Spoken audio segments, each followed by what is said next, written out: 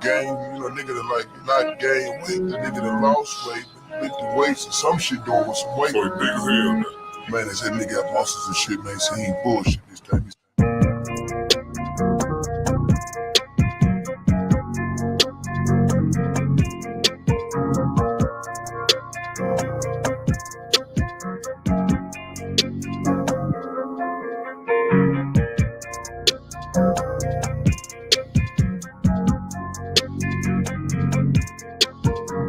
I like red bones, my type, light skin, that's black, hello. GFN, that's fantastic. Fantastic. GFN, that's fantastic. Fantastic. GFN, that's fantastic. Fantastic. GFN, that's fantastic. Fantastic.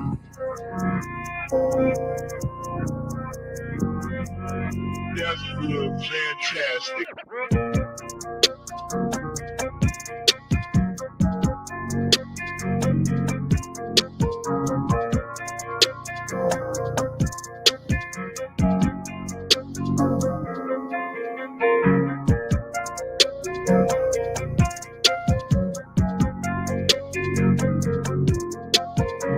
I like red bones, my type, light skin, that's black, hello. GFN, that's fantastic. Fantastic. GFN, that's fantastic. Fantastic. GFN, that's fantastic. Fantastic. GFN, that's fantastic. Fantastic.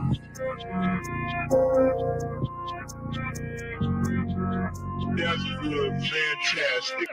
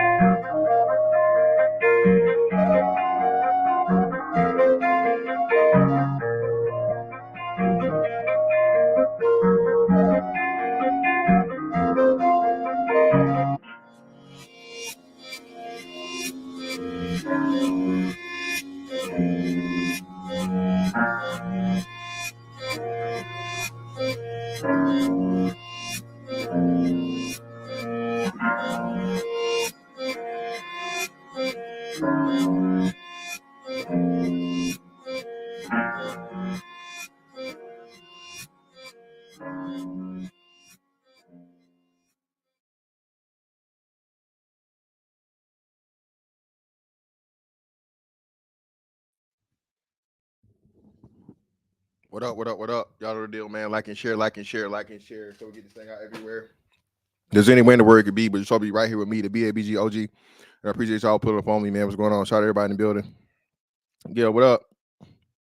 Keep it 100. What up? Trey, what up? No country for old simps. What up? Shout out everybody. Trust. Andre, what's going on, man? Shout out everybody. Do me a huge favor, man. Y'all come to the door, hit the like button, man. So let's go ahead and let's get into it. So they should have never gave you niggas Juneteenth. Never ever. The sad part about holidays is holidays in nigga neighborhoods, not black, but nigga neighborhoods, is just a motherfucking reunion for Uncle Charles.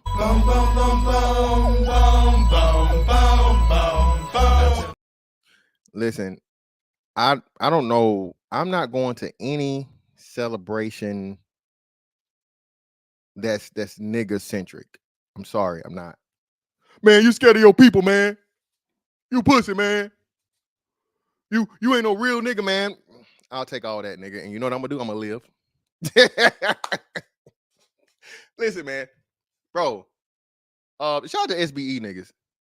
Bro, if you're able to be shamed into like just idiotic shit that adds absolutely no value and puts you at full risk of losing it all, meaning your life, Okay, you have this good man right here come tap you on your shoulder.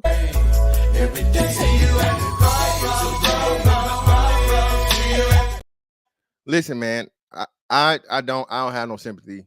I don't. Now again, if that's the reason why you're doing it, of course, there's tragedies involved, so I'm never going to belittle that. Hey, man, RIP to the people that lose their lives to, and the worst part of it, man, this is why I say, even if I know I'm good, right? You know what's so crazy, man? The biggest victims of street violence are non-street niggas. I'll say this again.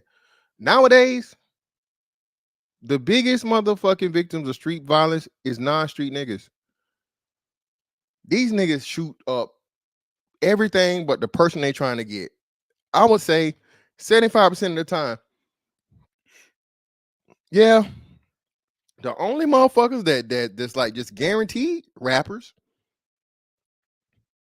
Getting the beef and be a rapper. Oh, hey, they gonna miss you. Anybody else though, if just regular, non-popular, non-famous street niggas, bro. I was looking at the thing today, and I had no idea, but the dude got killed here in Jacksonville last year, bro. His Uber driver, somehow they found out what Uber the nigga was in, bro. They killed the Uber driver and him. So even if you standing next to the rapper, nigga, you going to. Even if you too close to the rapper, hey.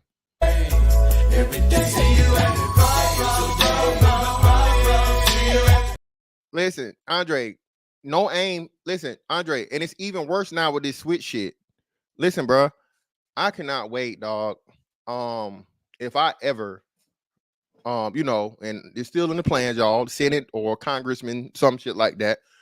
Congressman Tastic. You know what I'm saying? Senate Tastic. I would demand a task force that's targeted just for shit like this. Listen, I promise you, the same way we can send motherfuckers, right, overseas and allegedly find Saddam Hussein in a hole and find motherfucking Bin Laden after him hit this nigga, this the ultimate motherfucking hide and seek master. There's no way you can tell me with cell phone tracking, hell, just everything. The way up under so much fucking surveillance that we're under, that within 48 hours of any type of mass shooting, the motherfucker that did it, bro, is dead or alive. That would be my standard, and we would prefer the former. The reason why these niggas keep doing this shit, bro, is because no one cares. There's no penalty.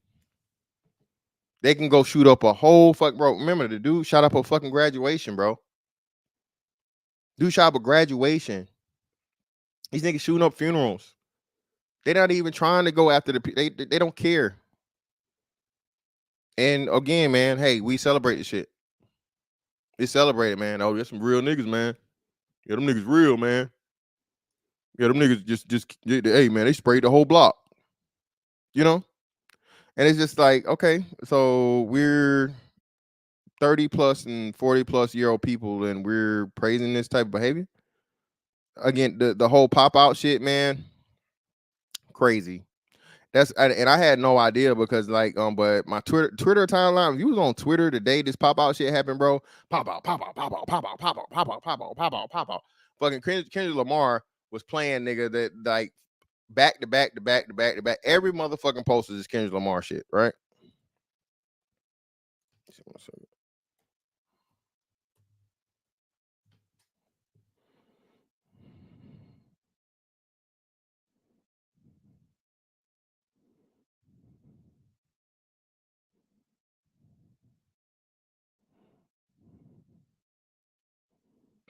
Let's see.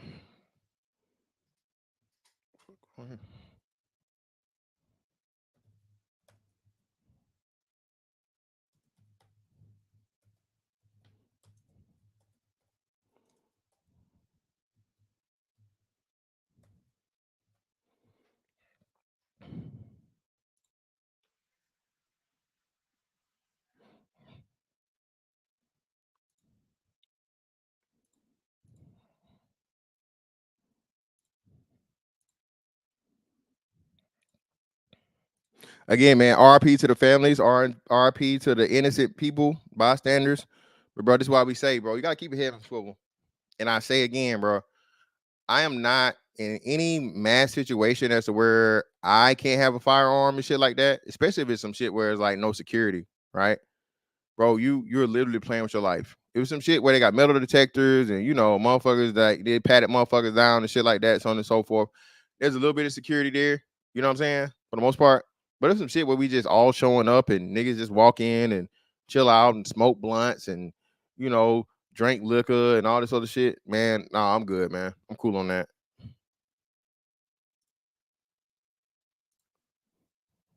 Celebration in Central Texas over the weekend is being remembered as a loving, giving, and selfless friend. She was one of 2 people killed and 14 people wounded. Fox 4's Deion Anglin has more.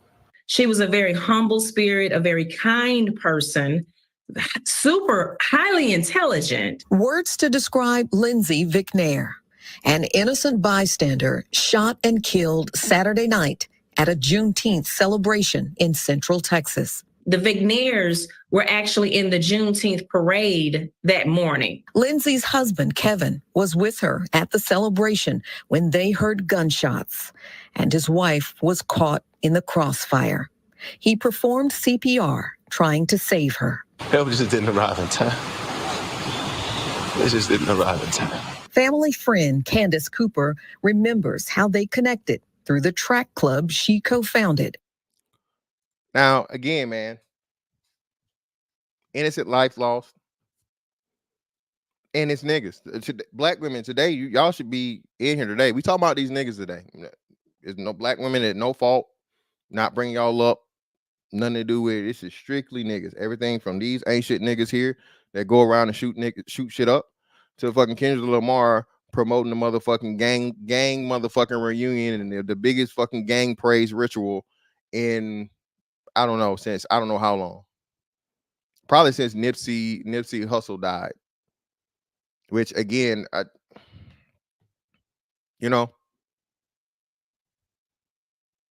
that's all that shit was. A big ass motherfucking criminality praise fucking ritual. And everything dealing with the fucking West Coast is Crips and Bloods and gang banging and sea walking and all this like gangster, like it is what it is, man. Austin Honey Badgers. We became a village for her children. She says the McNair family, with their 3 small children, got involved with the group 2 years ago when they moved from Mansfield here in North Texas to the Austin area. She was a lawyer.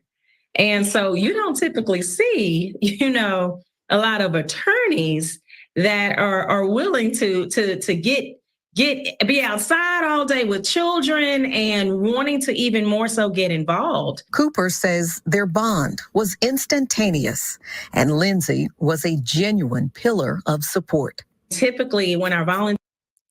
Shout out to Big Truck. Listen, Big Truck. We all like a day off, brother, but what I'm telling you is whether it's for niggas, right? And this is a specific day for niggas, right?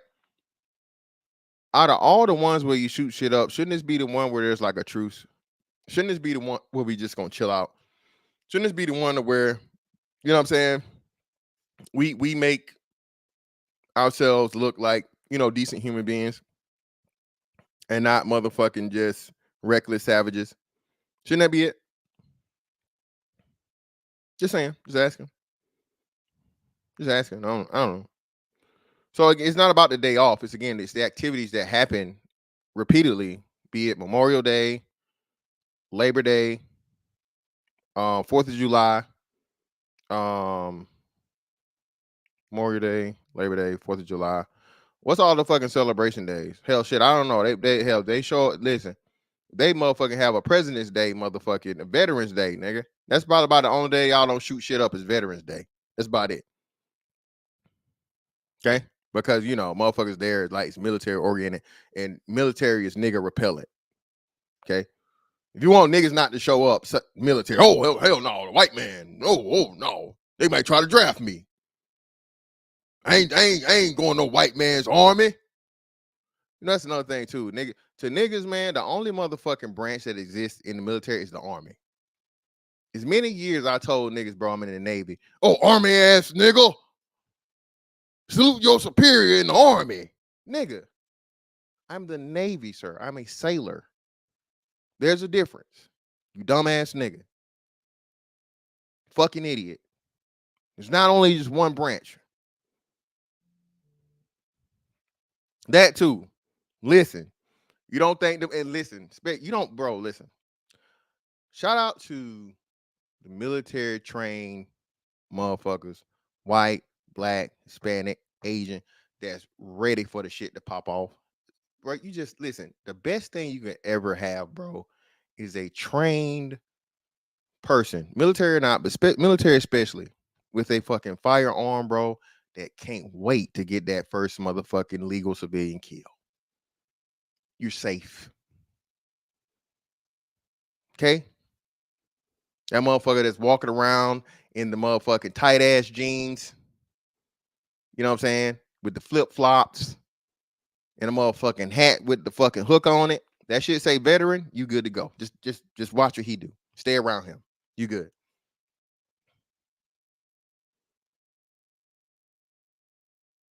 The black dude that's, you know what I'm saying? He got that motherfucking high and tight. You know what I'm saying? No tattoos, no nothing crazy, whatever. He got a, I love America shirt on, veteran, whatever. Stay around it. You good to go. He prepared. I promise you.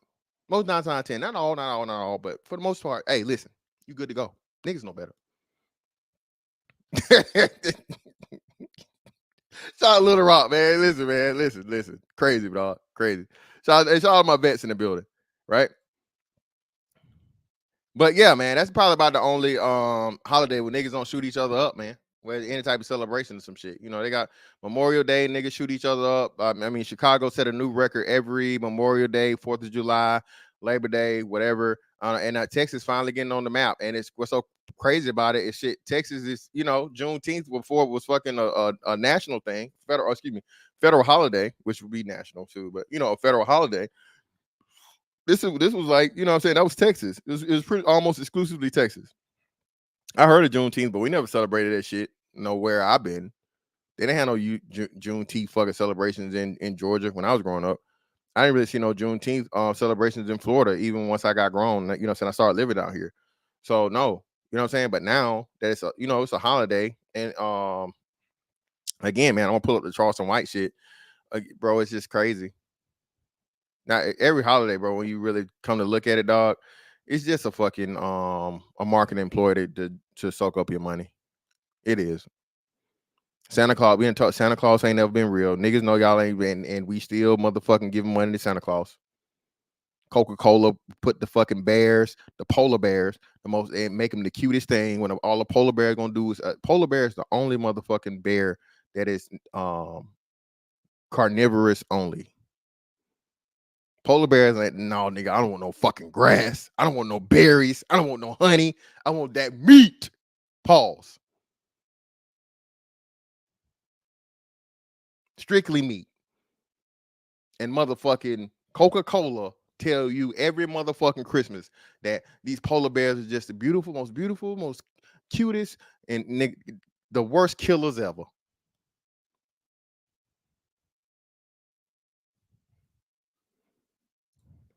Volunteers are finished with the gate, then they pretty much go sit down and watch their kiddos, but not Lindsay.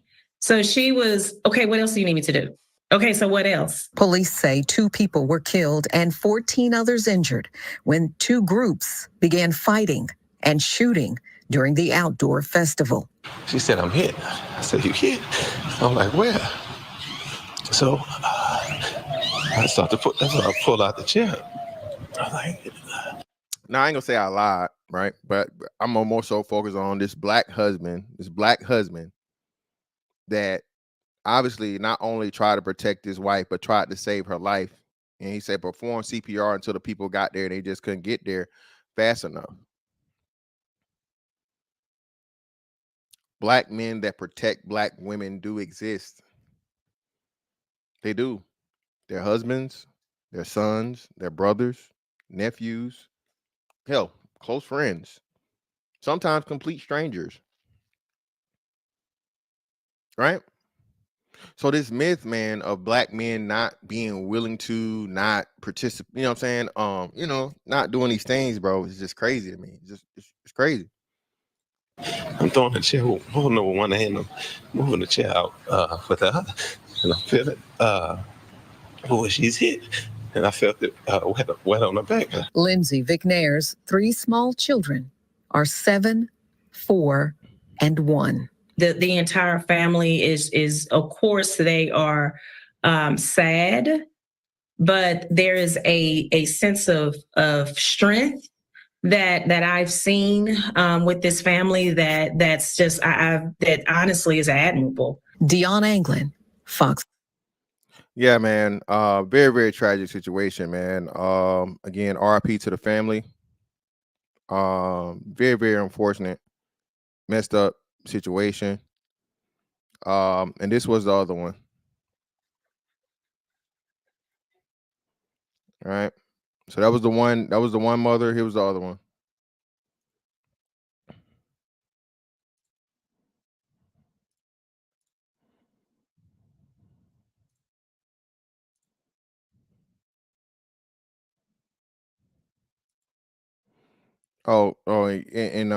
Yeah, hold on.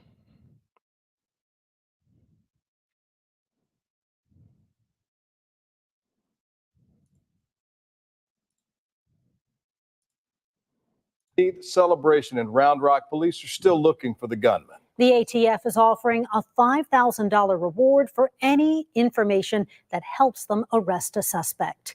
Today, police identified the 2 women killed, 33-year-old Lindsay McNair from Manor and 54-year-old Ava Duke from Pflugerville. 14 others were hurt. Police say on Saturday night, a fight between 2 groups at that festival turned to gunfire, and neither of the women killed had ties to either of those groups. Now we're hearing from the families of those victims. KVU's Darrenisha Heron was at today's press conference where McNair's family spoke about their loss. Of Ira Duke, who was also killed on Saturday night. She was a wife, mother, soon to be grandmother.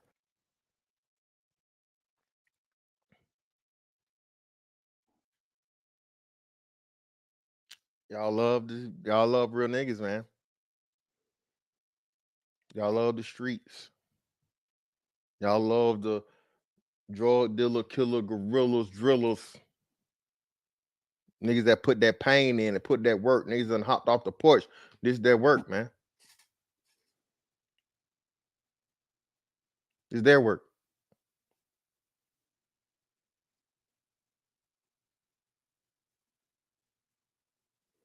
Now, it's crazy to me, man. We really think about this shit, right? And I'm not speaking on it's not legal, so I'm not promoting it. But this is why I say, bro, the Detroit 300, shout out to those brothers. They tried.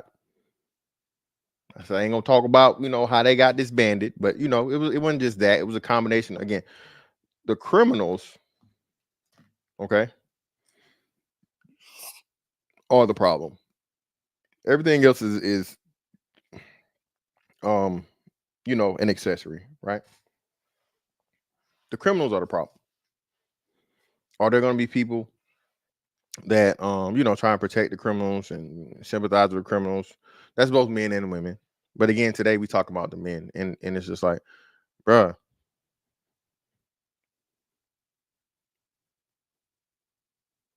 how are y'all gonna talk about you niggas ain't this, you niggas ain't that, you niggas ain't this, you niggas ain't that? You ain't never did a day in the street. It's never been your lifestyle. And yet and still, you're not gonna tell, you're not gonna help the police. Fuck 12, all of this motherfucking nigga nonsense, right? You know what I'm saying? After innocent people lose their fucking life.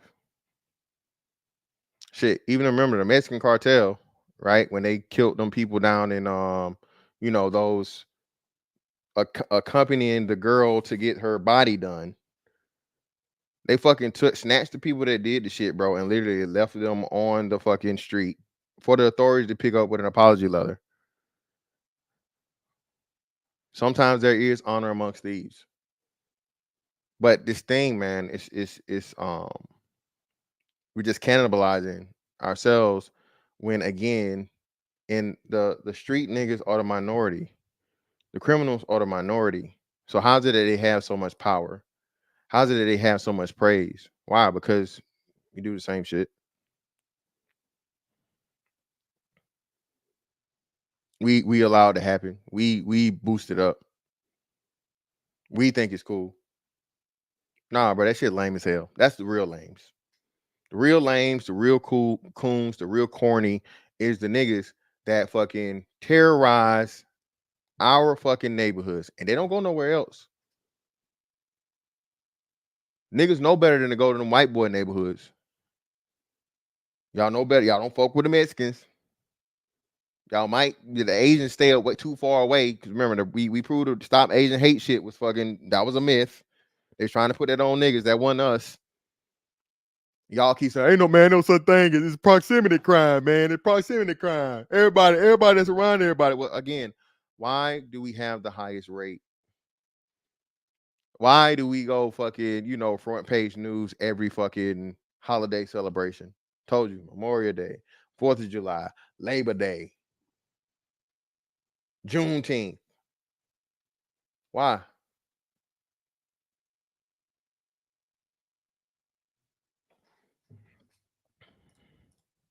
Her loved ones called her death senseless and spoke with KVU's Adam Bennett about the legacy she leaves behind. As crews broke down the setup from the Juneteenth celebration at Old Settlers Park, there was no sign of the tragedy. It's like a dream that I'm still living and I haven't woke up. Now a permanent part of Christopher Duke's life. It hurts and it's senseless. It's carelessness. Duke and his wife of 21 years, Ara, went to Saturday's event. As Christopher Duke was leaving the restroom, he heard the sound. Oh, that's firecrackers. What y'all running for? I casually walked back to my seat and I was flagged down that my wife was injured. From that time, it was just no response and no action, and so as everything is progressing. Black men don't love black women. Black men don't care about black women. Black men hate black women. You see this man getting fucking emotional, man. 21 years, you know what I'm saying? Married to this woman. Black men can't stay married.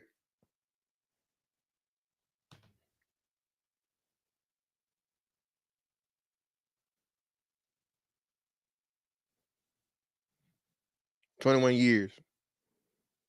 And niggas, ain't shit niggas, criminals, killers, drillers, real niggas, took this man's fucking wife away." We tried to revive. It wasn't looking good. Duke came home and told the couple's only daughter, Alina, the news. He had said that she got shot, and instantly, my heart it sank and it started beating like really, really fast. Alina was just days away from her 21st birthday, pregnant with her first child, and about a week away from moving to London to join her husband. I had already mentally.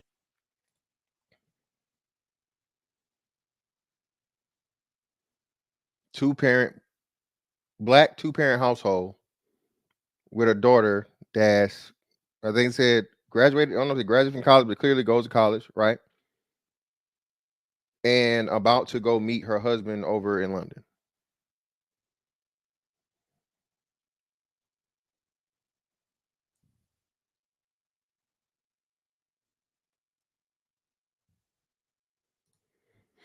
Be prepared to leave, I guess, but I just wasn't prepared for her to leave. Ara Duke was an administrator and founding staffer at Idea Runberg.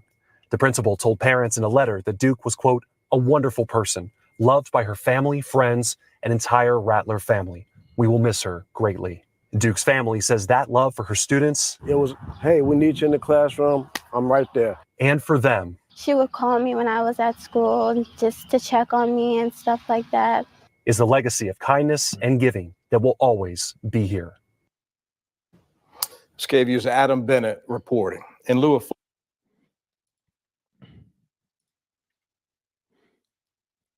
They should have never gave you niggas Juneteenth. It's just another fucking holiday for y'all to shoot shit up. But wait, there's more. That's Texas. Now, let's jump to Oakland. And then it's crazy how the Oakland shit coincides with, the whole, but we'll get to it.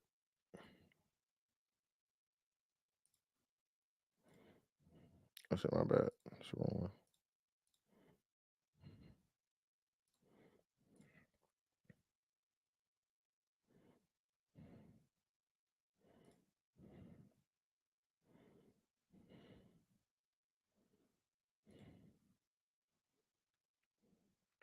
Mars, give me a like check, man. I got almost 200 people in the building. Do me a huge favor. Hit that like, hit that like, hit that like.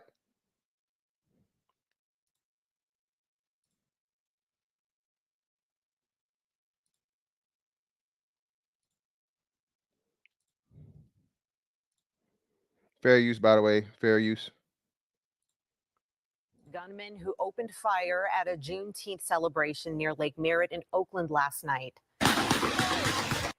You see this video here shows the immediate aftermath of that shooting. The bullets sent hundreds of people ducking for cover. Oakland police say that the violence started when the event was actually wrapping up. First, about 20 vehicles started an illegal sideshow at Grand and Euclid. Fights then broke out in the street, and that is when the gunfire started. At least 15 people were hit, including a woman who says she was shot in the hand. It was tragic. Tragic. All I could think about was my family and living to see another day. It's the day we were supposed to come out here and, celebrate and have fun. And it's just. We were supposed to come out here, celebrate, and have fun. Niggas don't know how to do that without a gun. Now niggas on the run. They didn't say how many shots was fired, bro. I don't know that, but two people got shot. You say pause for the name? What's the name? Oh, they showed the name? Yeah, Anthony Southeast. I refuse to go. Definitely bars, brother. Appreciate you. Zagu, y'all nigga, I've been had bars. What you talking about, man? I got so many bars. What you talking about, man? All right, got so many bars. I can build a prison, brother. Like y'all, like this ain't new. What y'all talking about? Speaking of that, let me give my man Zagu, man. Hey, I greatly appreciate you guys. Thank you guys for the super chat. Shout out to my man Andre 420 for the 2.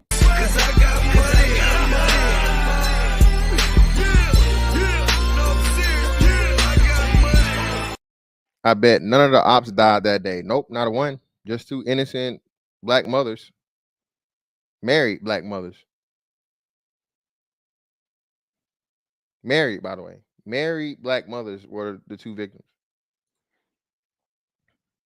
Now, I'm pretty sure, like you say, about the status of that lady right there. The first lady was a lawyer, and the other lady was an administrator, and they're both older. It wasn't supposed to be no nigga shit at all.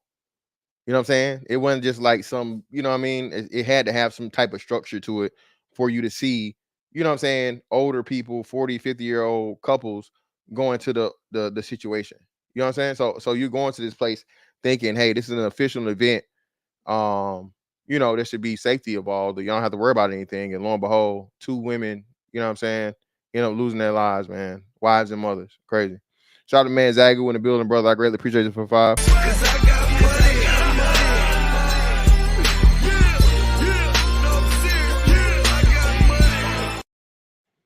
Just support, good brother. Hey, brother, I greatly appreciate you, man. I appreciate every like, every share, every dime, every dollar, everything you guys give, man. It's crazy.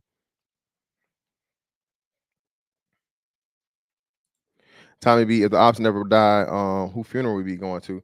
Well, Tommy B, like I said, they're more innocent bystanders and killers. So let's just look at this, Tommy B. Let's mine this out, right? Now, do criminals end up dying? Yeah. But the problem is nowadays, like you said, bro, and these switches and drive-by shootings and all this shit, and so on and so forth. I mean, listen, it even goes back to the movies, entertainment, right? They was telling you this back in Boys in the Hood and Menace to Society type of time. Bro, they do these drive-bys, bro. They don't give a fuck who they hit. You know what I'm saying? The bullet ain't got no name on it. You know what I'm saying? That's the whole thing, bro. It's two things you can't get back in life: time and a bullet, right? Once that bullet gone, it's gone. So the majority of times, man, it's more innocent people that end up getting killed than niggas in the street.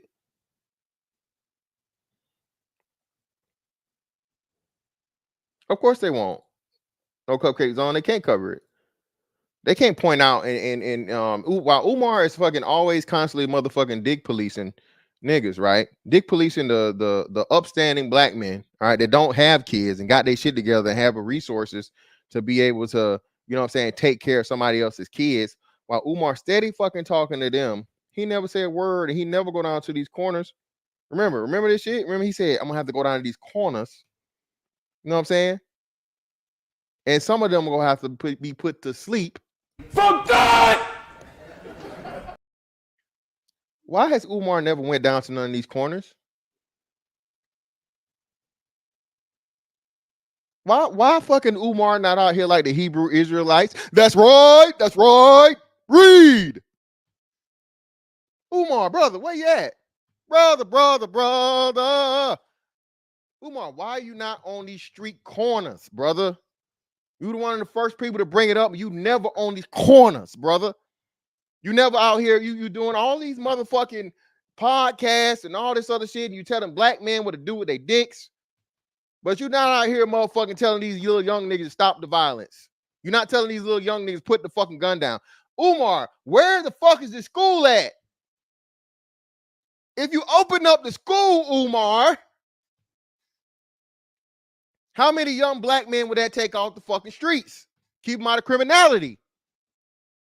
You too busy doing the motherfucking podcast circuit and focusing on the fucking dicks of niggas that ain't you.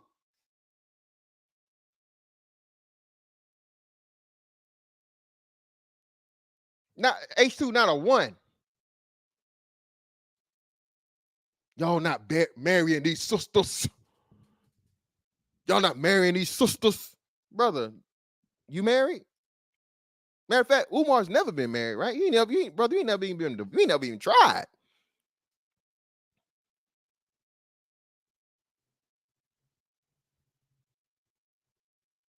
Tariq talk about these race soldiers. The race soldiers. Brother, what about the fucking nigger soldiers? What about the soldiers that are our race? Why don't you never talk about them, my nigga? Your museum/club, event center. What's that doing for? Why don't you fucking host some training or some type of fucking program for these brothers? You in LA, right? It's in LA, correct? Why don't you, what I'm saying, to the anti-gang campaign? Tariq, where's that? That'd be the museum would be a perfect place for that. You got it for the people, right? Nah, that's not what that shit's for. That shit's to make money, man. Did Tariq get his liquor license yet? You get his liquor license yet? No, see, freshers in class. Now listen, y'all know I'm a 10-4 hat guy, right? I'm a 10-4 hat guy, but no, these niggas are not Manchurian candidates. None of these niggas grow up on a fucking military base. None of these niggas go to any type of motherfucking schools where they're indoctrinated and they're programmed. No nigga, no MK Ultra is involved in this shit. These niggas do it for pleasure. These niggas do it for the love of the game. They brag about it. So no, we not bringing the 10-4 hats into this. No, these niggas are not Manchurian candidates. No, sir. Manchurian candidates usually hit their target. First off, Manchurian candidates are fucking programmed and mind controlled to the point of where they're expert killers. So no, we're not doing that. Not doing that now. We ain't gonna get them off on that one.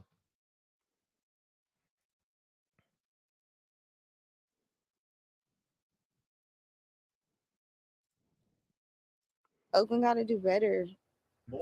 So far, there have been no arrests, but the Oakland police chief says that he and his officers are fully committed to bringing everyone responsible to justice.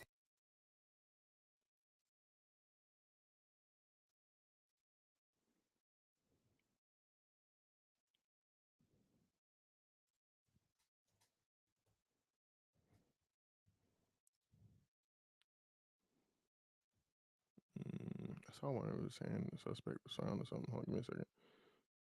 It was probably on what's name, but cool. And now this, man.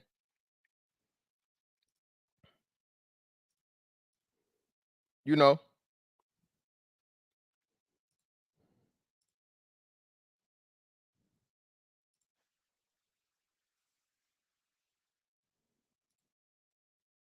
and this is twofold for me, right? Two things.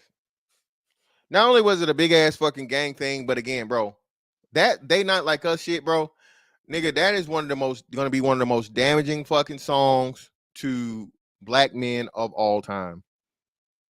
Okay, people, a PDF file. That shit is trending now because of this fucking song. They was claiming Kai Cenat is somehow weirdo and this, that, and other, so on and so forth for going to fucking Northwest thing. They requested it, right? As if to where kids and children have not been meeting their favorite celebrity, athlete, whoever the fuck in forever. Just regular kids, not to mention the rich ones, right? I told you niggas this shit, bro. Listen, this space suffered that shit. The way you just get people randomly going around making that claim. That's not something you should be playing with. And then when you make it that way, now it's cool. Now it's okay. Now, anytime somebody say it, it's true. Hold on, man. Shout out to Silencer. Come on. Are we serious? Come on, bro. Bro, this ain't no motherfucking clearance rack, nigga. Okay? This ain't no clearance rack. This ain't no motherfucking, you know what I'm saying? Everything must go, no shit like that. Listen, bro. Likes are free. Please hit the like button. All right? Lie, you steal. You steal, you will kill. All you niggas some killers. Real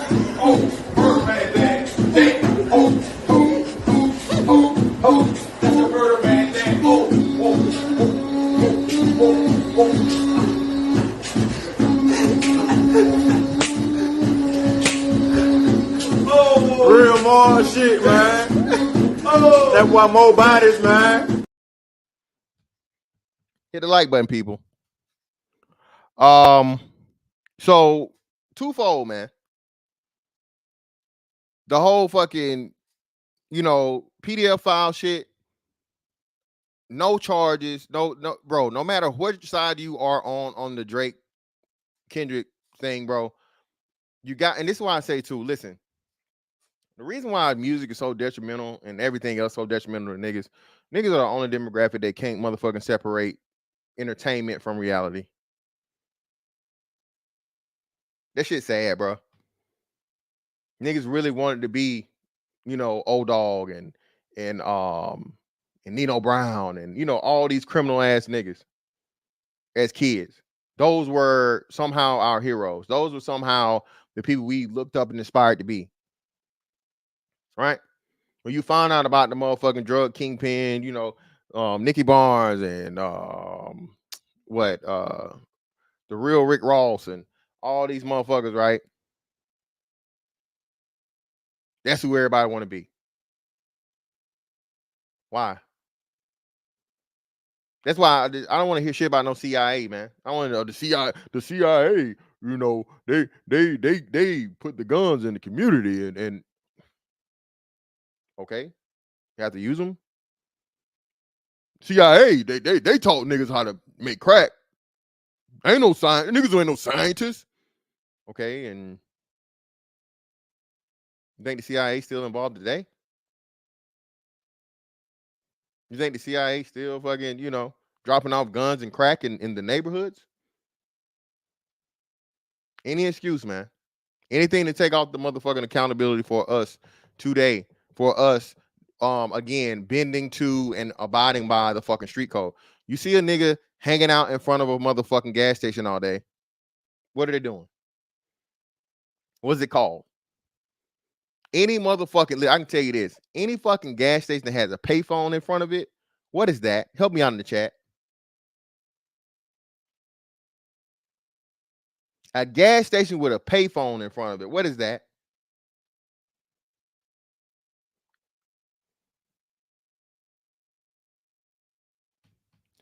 Lego, listen, Lego Danielle. And I'm glad, I knew somebody's gonna bring this up. I'm glad. Listen, bro. I am able to, okay, and have and proof of it, live my life as to where I can separate the entertainment from reality. I've never went out and motherfucking sipped on no scissor. I ain't never motherfucking, you know what I'm saying, another nigga my phone, so I broke the bitch's jaw. I ain't never got no domestic violence charge. Brother, I don't, just because I listen to the fucking music don't mean I have to repeat the behavior. That's what we're talking about here. You can do both. It's entertainment, bro. The problem and the issue is, again, motherfuckers praising the shit to the West. I don't praise that shit. I don't say be like Project Pat, be like 3 6 Mafia. I just listen to the fucking music. I hate when you niggas do simple shit like that. Yeah, nowadays, nowadays, bro, it just come on. I don't even pay for the shit. It just come on. You ain't nobody buying no CDs no more. You gotta pay for no fucking music no more. Shit free. Literally. So what are you talking about here? No, like, see, we got a Kendrick. Shout out to a Kendrick stand, bro. Hey, if I drop the link, you gonna come up? Lego Daniel, just see this, and this. I'm glad. This is what happens. You nigga worshipers are the worst. Don't you say nothing bad about Kendrick. Look at this goofy ass nigga right here. Don't block him. Don't let him rock. Right? Yeah, exactly. Cortez. He don't know about Project Pat saying now that Project Pat, a whole Christian and saved person, man. He literally speaks against all the shit he used to do back in the day. All the shit of his past life and so on and so forth, bro. He has growth.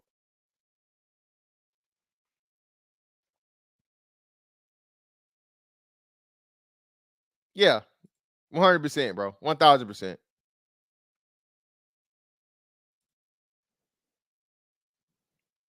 Again, you obviously don't know what hypocrisy is, my nigga. Again, even if you covered the gang part, right? If you just covered the gang part of it, which this brother brought active gang members and gang hand signs and gang dances and gang this and gang that, when again in California, what? Most of the gun violence is what? From what? That's totally different. He's not just entertaining. But it is what it is.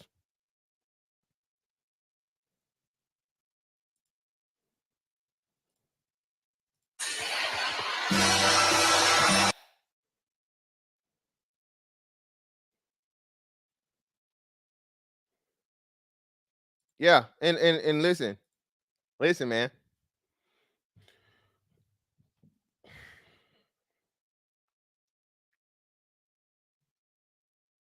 I said it before.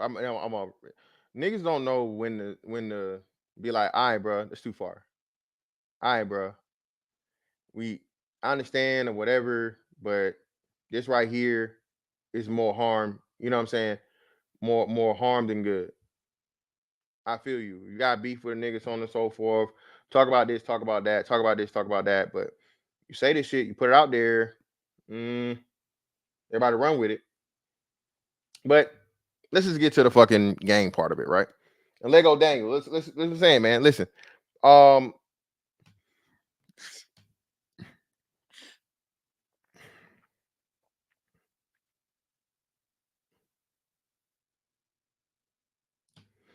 There was no violence at the concert though. How many dudes got killed off of 3 6 Mafia music and Memphis? Hey, Lego Daniel, you know what? I'm glad you brought, brother. You making all my points, brother. Lego Daniel, why? Who are the majority of people in attendance at this wonderful pop-up event? Lego Daniel, who was the most people in the crowd for the tickets sold for an official event? Russell Westbrook was on stage. DeMar DeRozan was on stage. LeBron James was in the crowd. What type of people were the majority of people?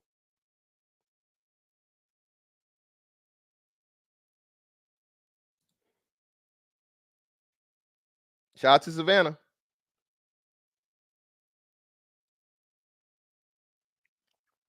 Russell Westbrook on his way out of the league anyway, man. Russell Westbrook probably got maybe 2 more years or whatever. But for LeBron James again, man, LeBron James would have got on that fucking stage, bro. That would have been just the end for niggas. Shout out to Savannah for that.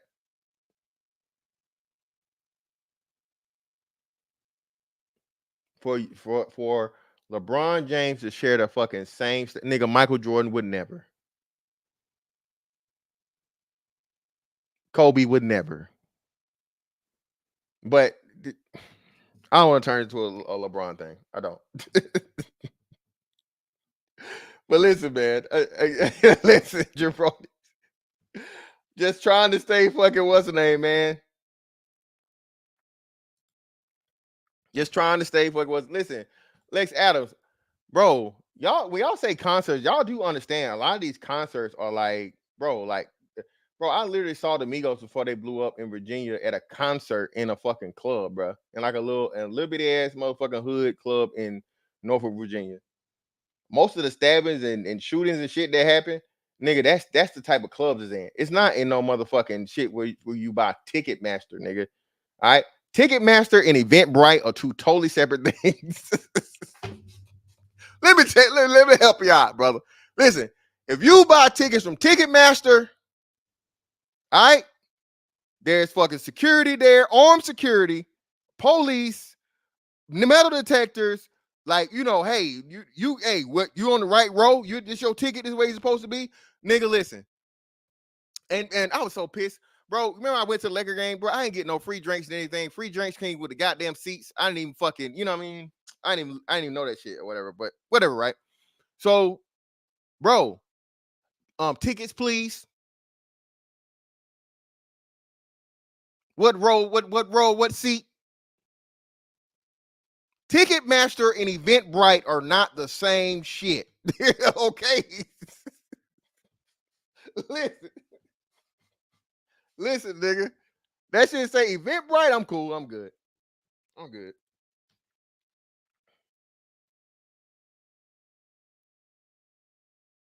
You know what I'm saying?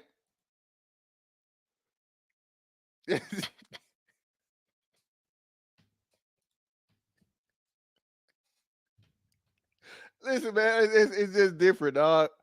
Again, bro, understanding, but LeBron want to be loved and liked so much, bro. He want to act like he down. LeBron don't fuck with no niggas, man. LeBron not fuck with no niggas, dog. It's a dude actually on here that said, "Hey, man, kick these little niggas out of here, bro." And I'm not talking about when they crashed the wedding. LeBron, the dude, it's a story on here about a dude that was like, LeBron was like, "Get them little niggas out of here, man. Get them out of here." LeBron don't fuck with no niggas, man. LeBron been so far removed from niggas. Come on, bro. Stop it. Stop it, bro. Let's not even do that.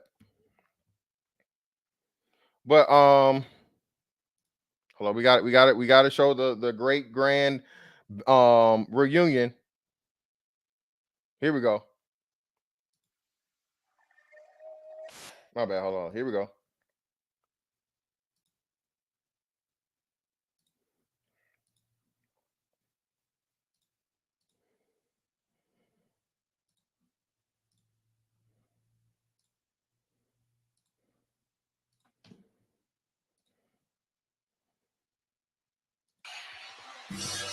Yeah. So, you know, you had to do it again and again and again and again and again. You got the red, the blue, the black, the all, you know what I'm saying? So I guess what? I guess he a blood. Yeah, you know, hey, man. You know what I'm saying? Throw them gang signs. Power rules and Crip 2. Power rules and Crips 2.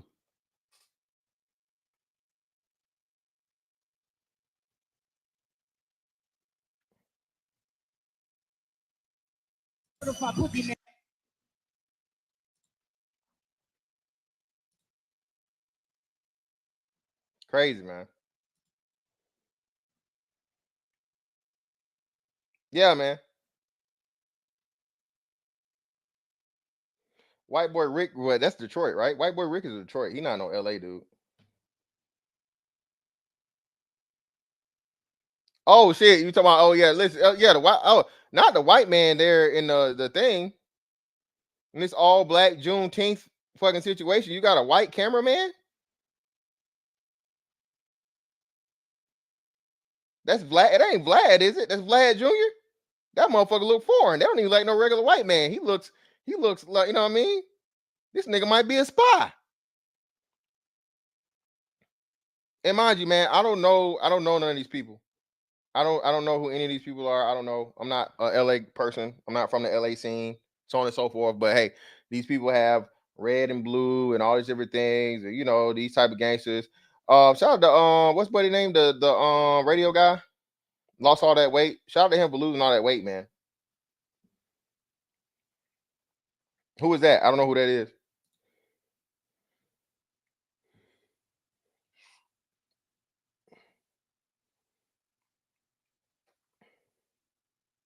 Yeah, big boy. Appreciate you. Yeah. No, that's all. Oh, yeah. He don't spell it the way. Oh, that's the wrong big boy. Yeah, big boy. BOI is you know the real one. Let's not mix those two.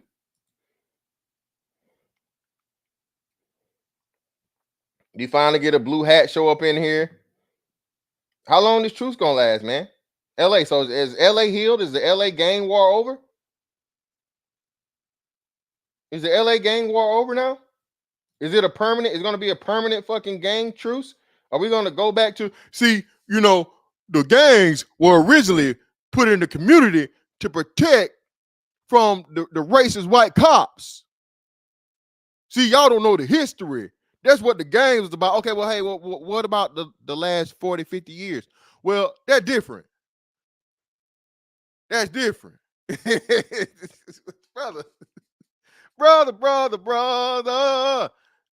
what are we doing now? What are the gangs doing now, brother? You know what I'm saying? The initial use of purpose for something, turning it into something completely, totally different away from what it used to be, it's irrelevant in bringing it up unless you're gonna, you know what I'm saying, get back to it. And then this whole truth shit. Like, bro, what are we doing? You niggas truced for how long? A week? A month? Not even a fucking year? And y'all still bring that shit. We got the truth going. We got the truth. Nigga, the truth gotta last.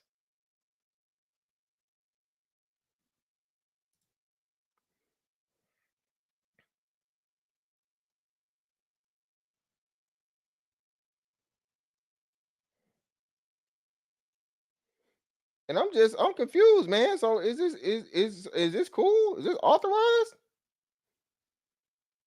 Because if you chilling with the ops, you fucking up here, motherfucking dancing and shit with the ops, man. What kind of shit is that?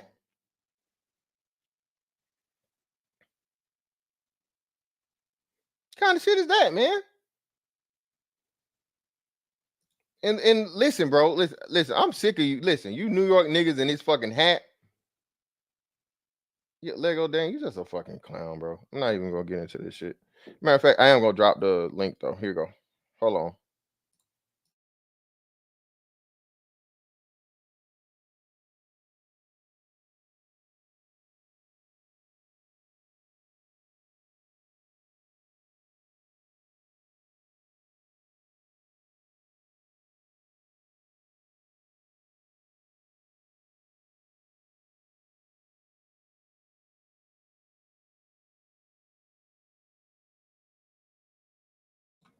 Links in the chat, man. Links in the chat.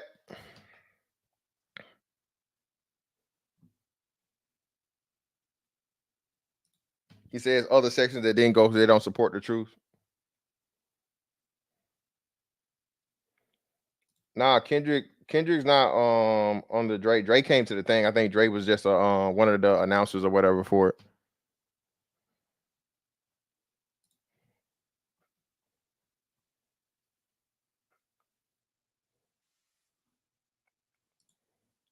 Tommy, what's up, fam? You my dog, but I'm not rocking with this, dog. Hey, brother, you know, hey, man, we want all the smoke, but explain it to me, man. You from Okay, you? let's get this That's off the rip, right? Yeah, go Oakland ahead. and LA politics is not connected at all. So for you to even insinuate that shit that happened in Oakland is any way, shape, or form connected with the Kendrick thing is way the fuck off.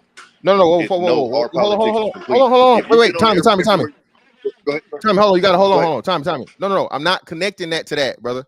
I'm connecting that to the Juneteenth shit. So that's strictly the Juneteenth violence. I'm Okay, not saying that. gotcha.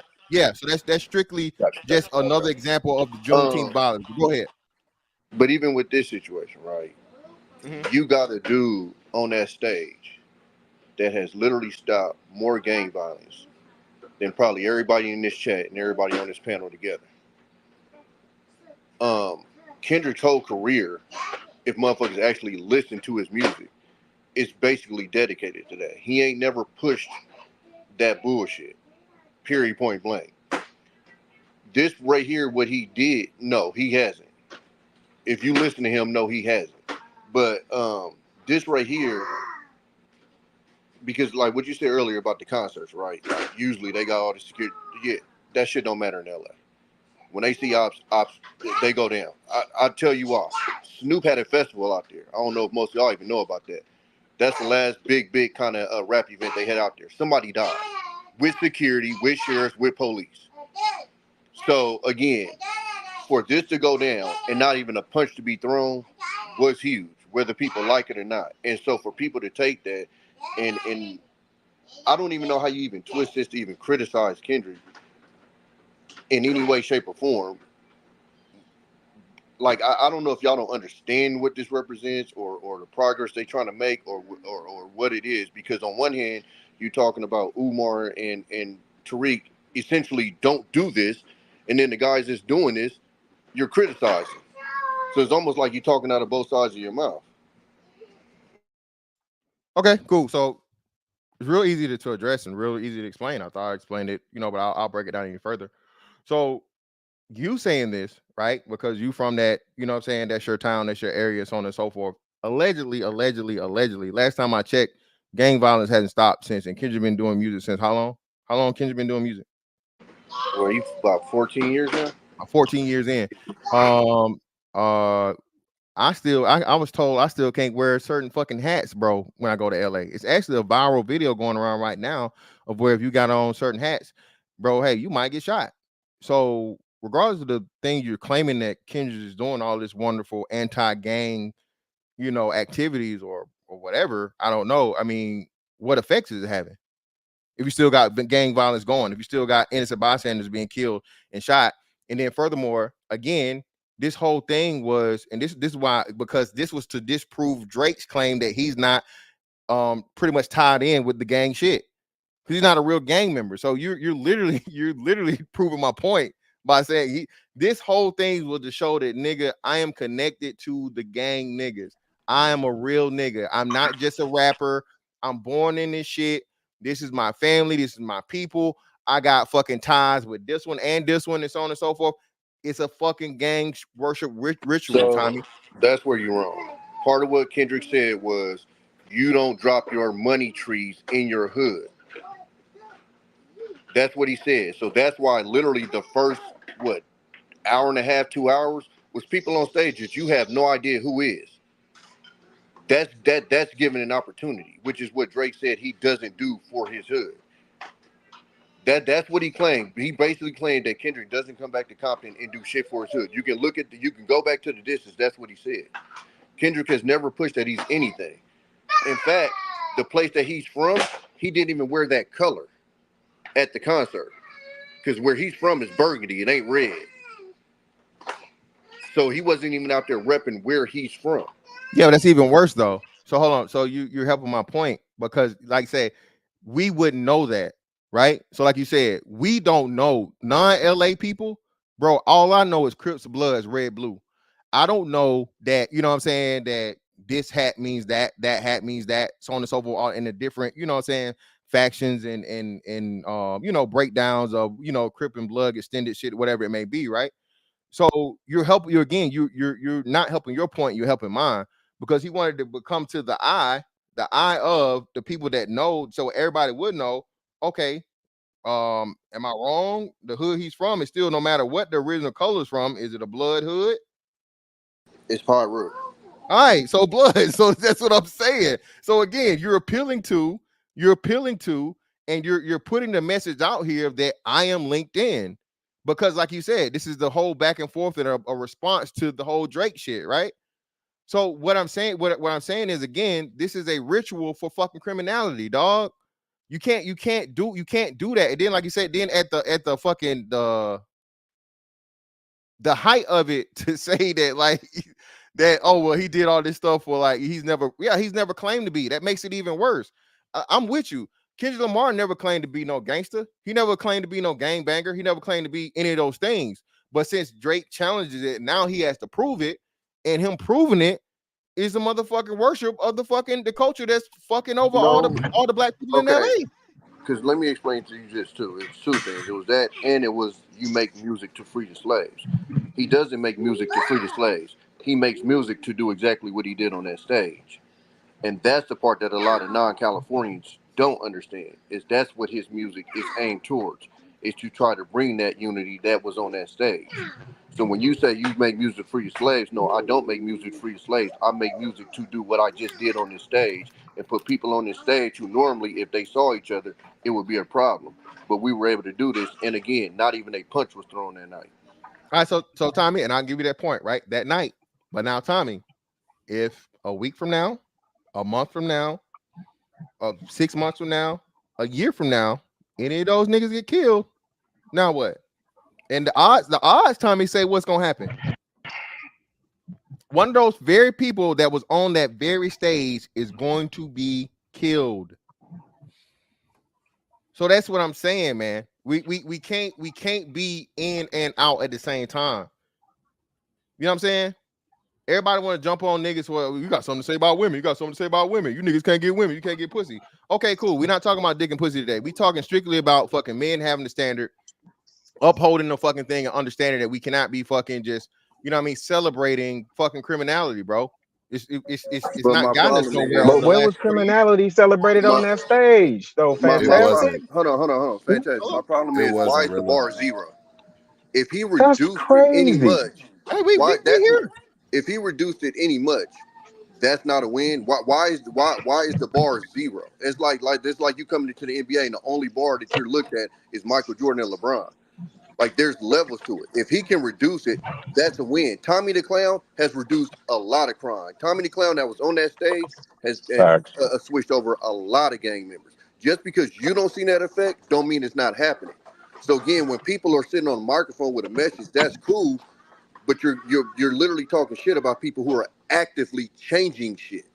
And that worked so well, right? That right after the concert. Hold on. Lord Eddie, if you got to keep the order. Hold on, Lord Eddie, I'm going to keep the order. And let me see. I want to get the brothers that don't agree in Rilla, and then we'll jump it around. But hold on. So again, Tommy, this is the same thing, right, of where we don't get the credit for, because like you said, niggas, we just on a microphone. Y'all ain't doing shit. You ain't doing nothing. You ain't really helping nobody. You know what I'm saying? Despite the fact of the matter that, you know what I'm saying, you're a father. Despite the fact of the matter that you're an asset to society, despite the fact of the matter that whatever contribution you give in your personal life outside of fucking YouTube, it's fucking eliminated because you're not, again, Umar Johnson, Tariq Nasheed, or Kendrick Lamar, right? So this is the point that I'm saying, bro. You can't say that it wasn't a praise of criminality when, again, the whole point and everything, you even saying this, it was a unification of two criminal fucking organizations, bro.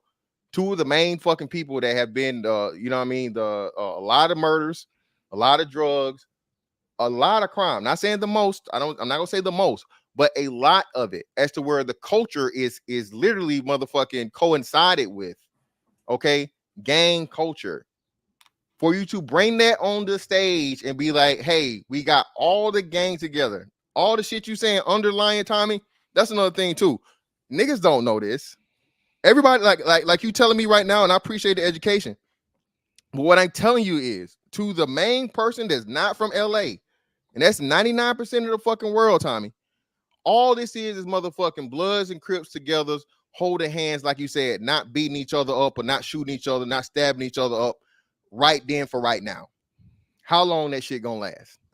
But that's my point. Is if you don't know, then you don't know. That's fine. But what I'm saying is, and I never said that you're not doing nothing with your show. What I said Not you, Tommy. I'm not. oh, I'm okay, not. okay, I got you. I'm just Okay, saying okay, people I in got you. general. We good. We Okay, I good. got Fam. you. I know it's Okay, I got love. you. It's respect. We good. But no, I think that's the problem when people from the outside speak, because like I said, like you just said, most people don't know. So when they see that clown on there and they're going, what is he there for? Well, first of all, some people will Google and try to figure out why he's there, because his name was announced a couple of times there, and then they will be educated on his role in that mix. But what I'm saying is, a lot of people, not just black folks in general, just people in general, your bar is always like complete. Like your bar is, how do we get to zero violence instead of how do we reduce it? And my thing is, if they're taking steps to reduce it, like the situation that happened after Nipsey, if that leads to shit being reduced, if that leads to people having conversations to squash some beefs or whatever that's been going on for years, that's been costing lives, then that's a win. And my thing is, if people are pushing shit that can possibly go to a win, how does that become a negative? Okay. So again, I never do that, Tommy. You know, I'm not gonna say but just so people know, I know there is no utopia, there is no paradise, there's no perfect world. So I'm not saying that there's ever gonna be a zero-sum violence in any situation, gang, non-gang, anything. Criminality is gonna always exist.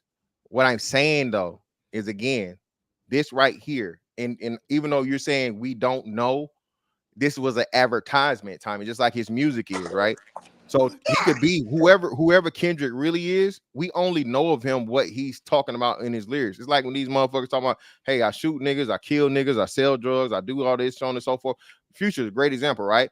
Future talk about all this popping Molly and all this drinking lean and all this other shit, and they say nigga don't do none of that shit. We don't know it. We didn't know it until people around and said, hey man, this nigga just, you know what I'm saying? He just making music. He don't do none of this shit. You know what I'm saying? So again, only thing you have to go by is what the entertainer tells you. So when the entertainer comes to and he promotes a whole thing, this again, man, everybody's calling this the biggest motherfucking moment ever. So it clearly not just even touched where you guys are from. It's outreaching past even the state, to the fucking country, to the world. What's the world gonna know? What's the motherfucker in Bangladesh motherfucker know about wherever he's actually? Nothing. I bet you they know what a fucking Crip in the Blood is, though. I bet you they know that. I bet you they seen fucking Menace to Society. I bet you they seen Boys in the Hood. You know what I'm saying? I bet you they seen any of these things in the fucking the gang fucking culture, bro. Again, that's what I'm saying. You can't celebrate the culture, bro, and then say you're fixing it. You just can't do that, bro. It don't matter how you guys gonna say the internal workings of it. Yeah, it's less people dying allegedly. You can't promote the fucking culture, dog, and then say it's doing good to the overall thing for black people, black men especially. You can't do that. But fantastic. He not saying that, right? What we saw in LA, it was broadcast to the world. That was specific to LA, bro. And listen, I understand we might be speaking from civilian perspective, right? So I'm gonna give grace for that, right? I'm definitely a civilian, but when you were speaking on Kendrick, right, and him not being a blood but yet promoting it, like the neighborhood I grew up in, I'm affiliated by default, right? I don't claim, I don't bang, I'm at no 7 Neutron, right? You understand, from the time Kendrick dropped Good Kid, Mad City, actually before then, Overly Dedicated, and then Kendrick Lamar EP, all that stuff, right? You understand exactly what he's saying whole time. I'm confused where we see something being celebrated. And trust me, I get it. The brothers have every right to criticize, but there's also a saying, right? There's an old saying that says, those who say it cannot be done should not interrupt those who are doing, right? What we saw Wednesday, man, that was a beautiful thing, bro. I don't care what nobody say. I ain't see nothing about celebrating no criminality. I saw people setting aside their differences and coming on stage for one moment to unify the entire coast. Now, I know Tommy just said he just said a lot of what I would already say. The metric for like how long that should last, that's wild to me. The conversation should be, okay, what can I do to help keep it going? Right? Facts. Because if we keeping it a stack, bro, it's Bloods in Atlanta. You know what I'm saying? How did they get all the way over there? There's Crips in Atlanta, and they ain't slowing down nothing. Right? They turning up more. Yeah, in the but that's what city I'm right saying. now, right? So if The they wait, hold origin, but hold on, on, real just quick, real quick, fantastic. Rilla. Okay, go ahead, bro. Just real quick, and like you saying, that. Thank you. So that's another thing you got. Proving the point. This is a this. Yeah, Proving what point? hold on, When it's Rilla. my turn, I'll break it down. Go ahead. Yeah. Well, yeah. You know what? Yeah, I'll let Josh explain it, bro. Well, wait a minute. This is what I'm saying. If they seeing, listen, if there's because they're not slowing down in Atlanta. If they're seeing what's happening in LA, that's a call to action. That what happened Wednesday is reverberate. Trust me. What's happening? I'm paying attention, bro. What's happening Wednesday, and we might not see the immediate effects like 24 hours, 48 hours from now, right? It's ripple effects reverberating all the way back to New York. I'm going on mute. And fantastic. I'll tell you this. Like they had Quando and they was doing an interview. And he talked about how much they looked up to the LA politics to the point where he asked his little homeboy if they offered him $5,000 or was he able to meet Big U, he would take the trip to go see Big U. Meaning something like this could reverberate as far as, okay, if they doing this, then maybe we could do this. But I mean, that's hearsay to see if that ever happens. What I'm saying is it's a start. And that's where I'm getting confused at is if people are trying to start something, where does the backlash come from? They're like, and even half the dances up there that y'all call crip walking was not even crip walking. It was just dances. Facts. Well, no, whoa. First off, brother, again, we know a crip walk when we see a crip walk. I'm not saying everybody was crip walking, but did crip walking happen? Crip walking did indeed happen. There Correct? was very little crip walking up there. Don't matter. Little is more than none. But again, we can move past that. The crip walk is not a big portion of it. What I'm saying, man, is this, dog. Okay. And everything you guys are saying, Tommy and Rilla, I agree. You guys, hey, Tommy especially. Tommy is a fucking subject matter expert here. That's where he's from. That's you know what I'm saying. That's where he grew up from. That's home. So he knows. So I'm not disputing none that Tommy's saying. What I'm saying though is again the most important part that we have to understand. Niggas especially, niggas cannot separate fucking entertainment from reality, dog. Okay. Until we get to that point and we grow to the point, especially for the younger boys than everything else, because again, how do you get respect? How do you get clout? How do you get money? How do you get any and all these things? You got to be a real street nigga. Hold on. You got to be a real street nigga.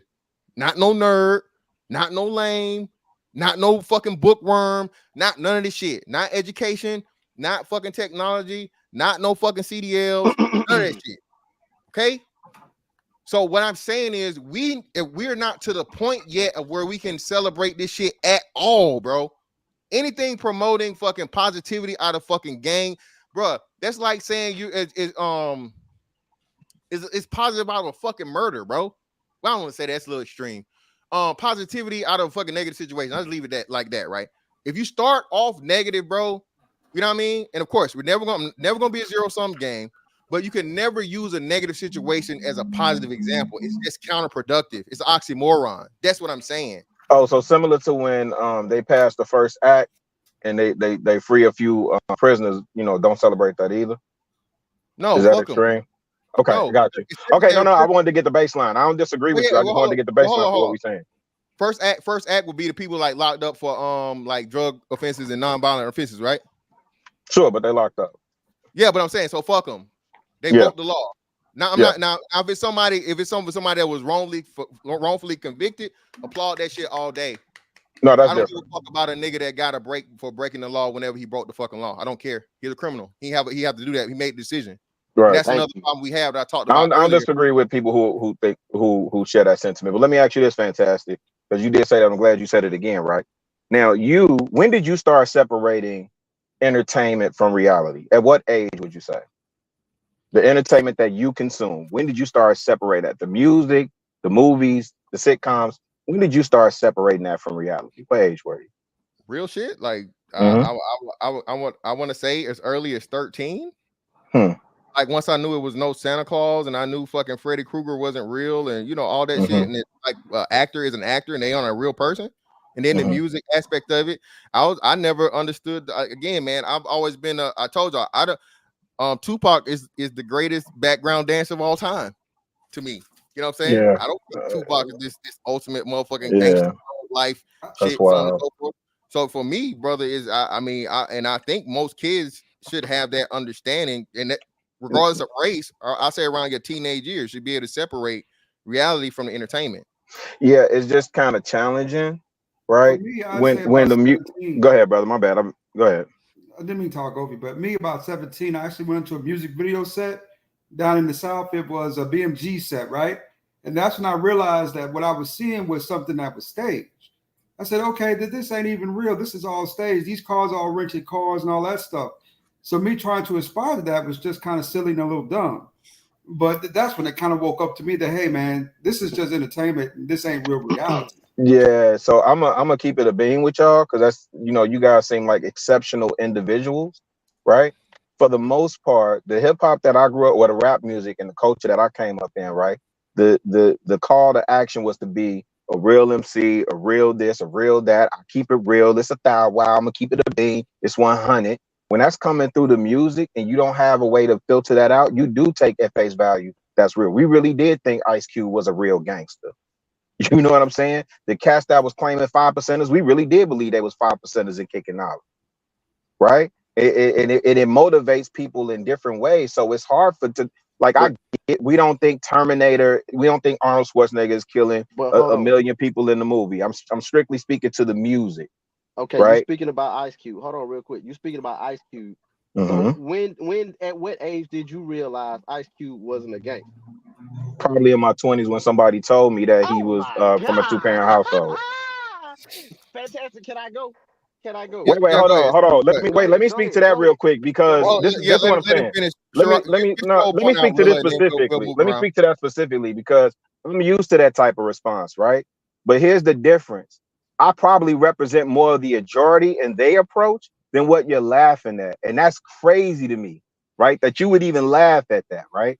That's wild because I'm assuming you're going to come behind me and tell me how you were an astute individual and you were probably in honors or AP or international baccalaureate classes and you just excelled and your critical thinking skills were adept at 15 and that you absolutely knew when 8-Ball and MJG was around, you ain't really want to pimp on the bitch. You ain't really believe they was pimp. You ain't believe Sugar Free or Mac Dre was really pimps. You just thought they was saying witty stuff in the rhyme. You ain't think Snoop was really cripping and that bitches ain't shit but hoes and trick. You thought he was just tongue-in-cheek joking.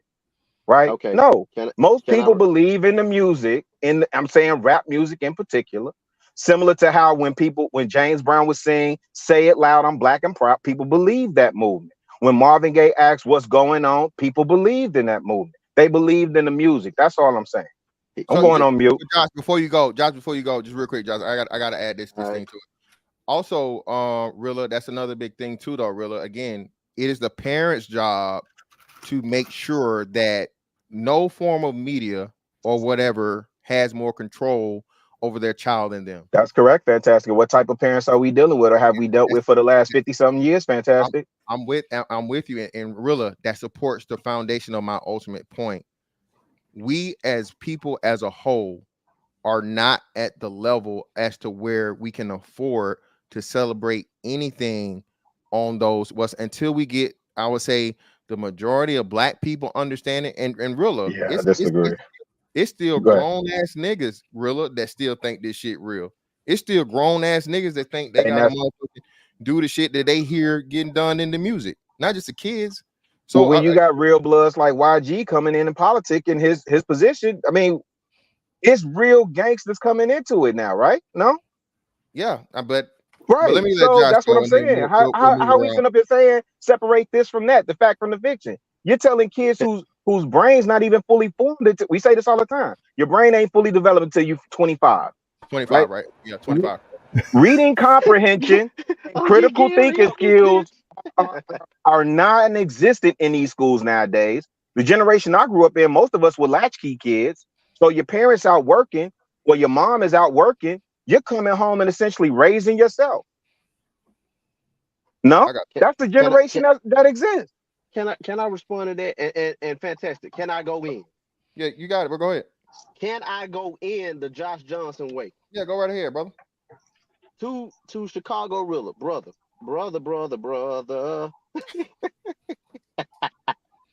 Look, I know I was not a honor student or nothing like that though. Man, I was a B student. Second of all, I knew Ice Cube wasn't a fucking thug when he was trying to be a fucking simp ass stepdaddy chasing out the damn Neil Long and them badass kids. And Are We There Yet? Oh, you were young. I wasn't 20. I wasn't 20. Oh yeah, you young. You young. I'm 50, young man. I'm 50. Okay, well, I'm 35. I'm 50. I'm 35. So I I'm was there 35. when NWA No, dropped. no, I was there when he hold on. dropped.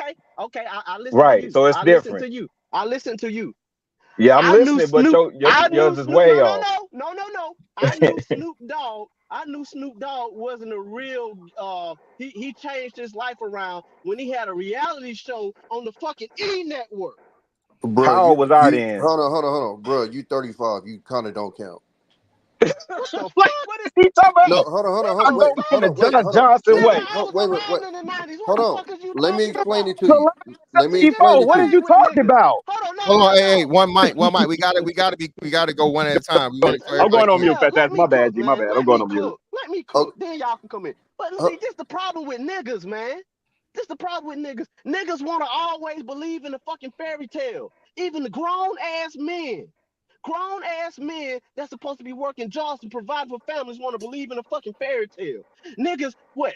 4 years ago, 5 years ago, believed in fucking Wakanda. They was around here talking about Wakanda, crossing their arms, talking about they want to go to fucking Wakanda. Like this is our problem. Then this man said something about it's up to the parents or whatever, and they latchkey kids. That's the problem with the fucking community. Parents, you know the reality. Let your kids know at a reasonable age the reality of this shit. There is no Wakanda. There is no damn, well, we believe that this person, he is who he say he is. We can do this. No, nigga. That's the problem. And then this whole thing, Juneteenth and all that there, and this whole Kendrick thing, like, look, you can get all the gang members you want on the stage to join hands, sway back and forth. That ain't changing shit over on this side of the country. Y'all can say all day that this shit is big, it's big. Yeah, it might be big for LA. But what is it influencing for the other gangs all over the country? What is it influence for the black community economically? A bunch of gang niggas joining hands ain't doing shit economically for the black community. A bunch of gang niggas crip walking and dancing together ain't gonna help the fucking single mother rate. Ain't gonna help the motherfucking the incarceration rate. It ain't gonna help the niggas get jobs and all that. I heard somebody mention Tommy the Clown. I know Tommy the Clown. I watched the movie Rise. I'm a big fan of that movie. I'm a big fan of Tommy's movement. Dude, and y'all know it. Niggas robbed Tommy. Niggas robbed Tommy the Clown while he was at his biggest. What? Yeah. Okay. Niggas robbed Tommy the Clown's house. They broke Yeah, in his fam, house. wow. I think there's he windmilling. But Yeah. fantastic. Hold on, wait. You see my point, fantastic? Ain't nobody Hold on. windmilling. Yeah, hold on. Yeah, hold on. Let me say something. So is he telling the truth? Did he get robbed?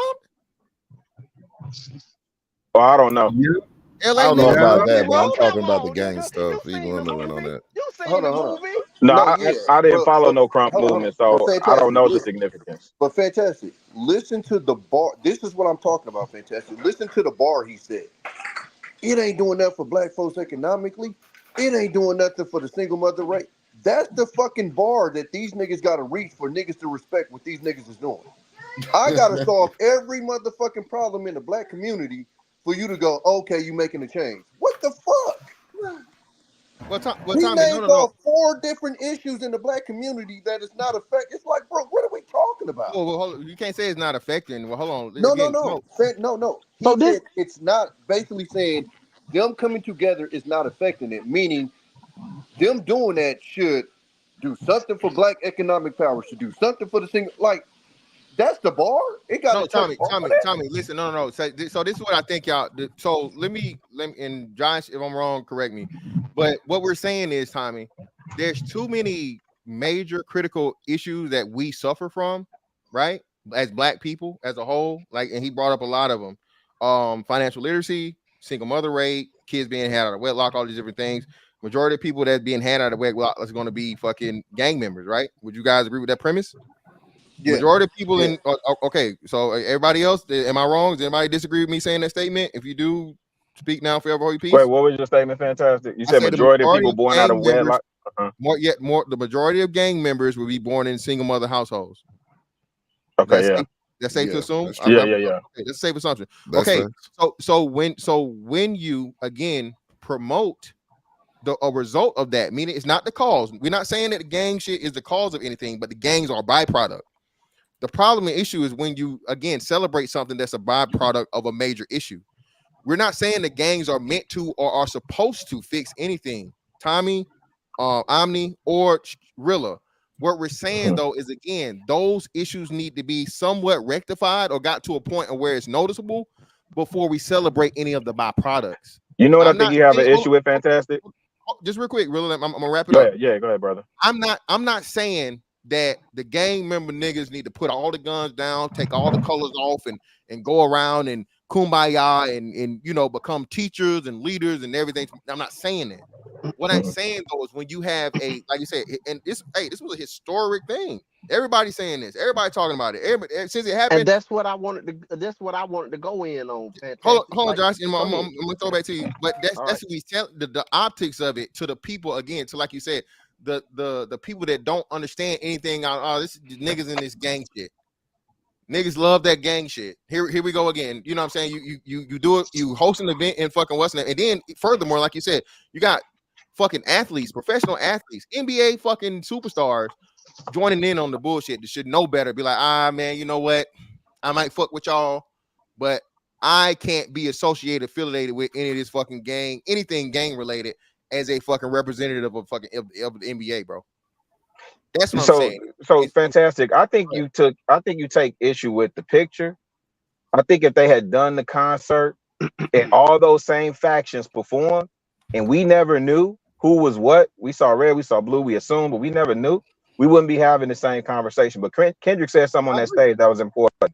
He said, in rehearsal, there were no issues.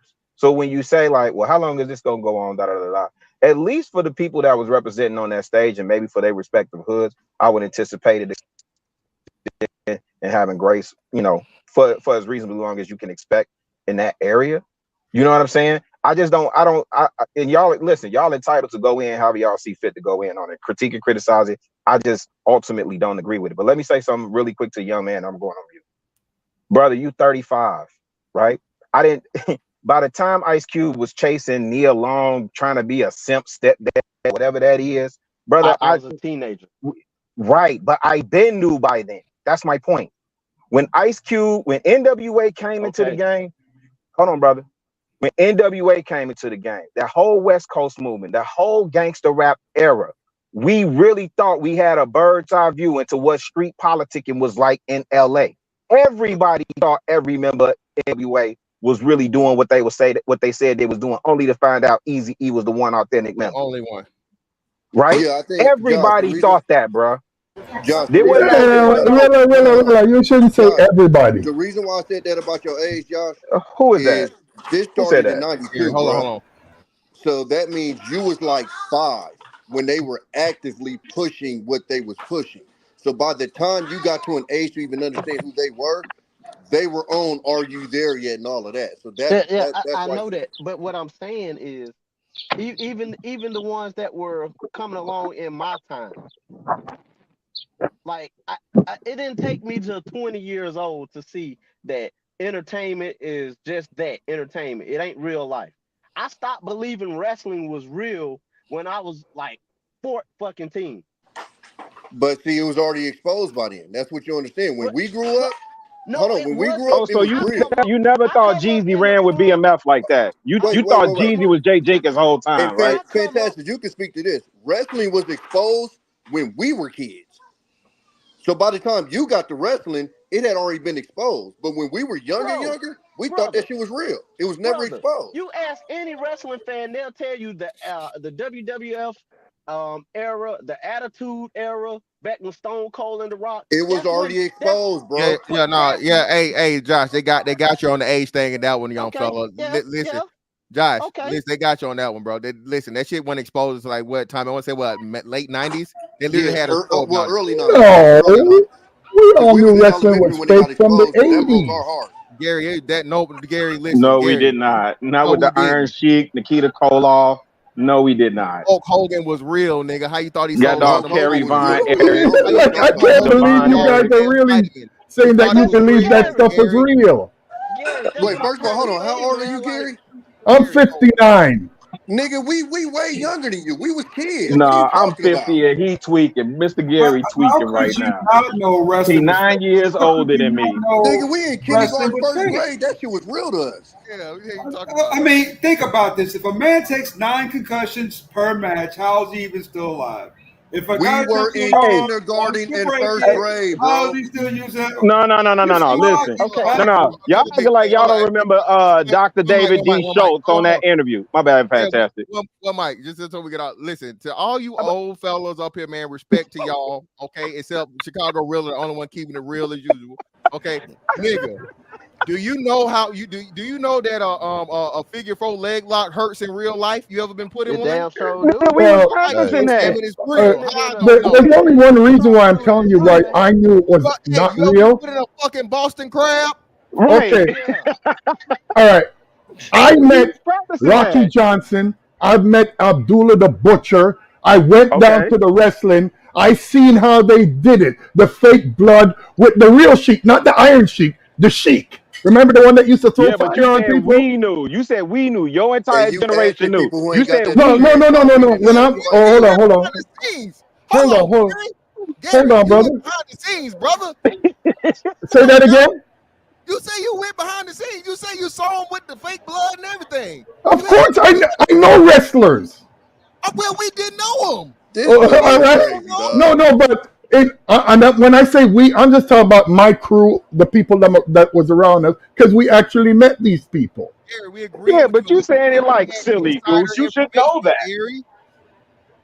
Well, Somehow they let your ass in on kayfabe, brother. We didn't know But this. see, well, it's like rap music. We all knew it was storytelling. I don't know when you all started believing it was real. Stop. We didn't believe that. Gary, Listen, Gary, y'all that's, are that's tweaking. what I I was. don't know why That's y'all what I was doing getting that. to. We can come back to the wrestling.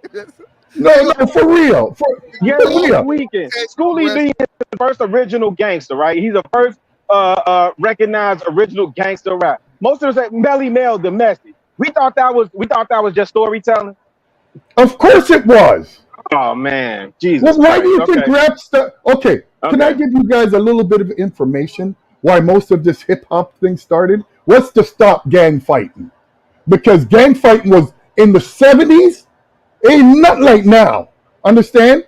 You remember that movie that they made with all the 700 gangs in New York alone coming for a gang meeting? Rap and breakdance and all those stuff started to end gang violence. So you told stories instead of shooting somebody in the face. Now, Gary, respectfully, brother, shout out to you, man. You always come through. Now, Gary, y'all was fighting like Michael Jackson was in the Bad video in the 70s, brother. I told you guys watch too much movies. Gary, just real quick, Gary, have you ever heard of this thing called a switch? You know what a switch No, is? I know that with the multiple bullets, Even but before they that, used to nigga, just use we had 3/8, in 4 school, 4s, bro. and 4 5s, and then the Glock came.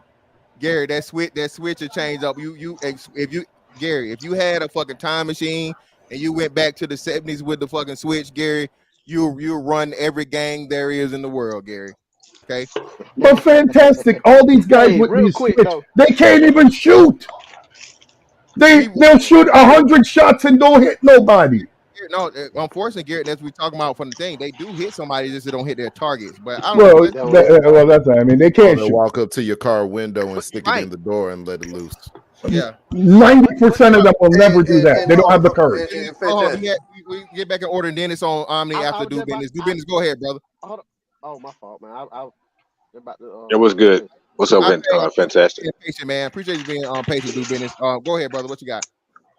Oh, nah, man. You know me. I get straight to the point. Well, the definition of finished means completely done. So when it comes to these kind of situations, man, like I've been saying for as many times as I get on different platforms, a lot of people are finished in this country, man. It's going to continue to happen. You know, I have a cousin, right? He was born in 1973, so he's 50 years old now. I ain't seen this dude since the year 2000. So I looked him up a couple of days ago to see about his case. A lot of my family members telling me he gonna get out. So I was like, let me do my research and really see if he gonna get out. He never getting out. Life without. You just look it up his profile, his little prison profile, he's done. You got judges that kill people, Mr. Fantastic. Actors, actresses, Uber drivers, young people, teenagers, mothers killing their children. It's just not going to stop.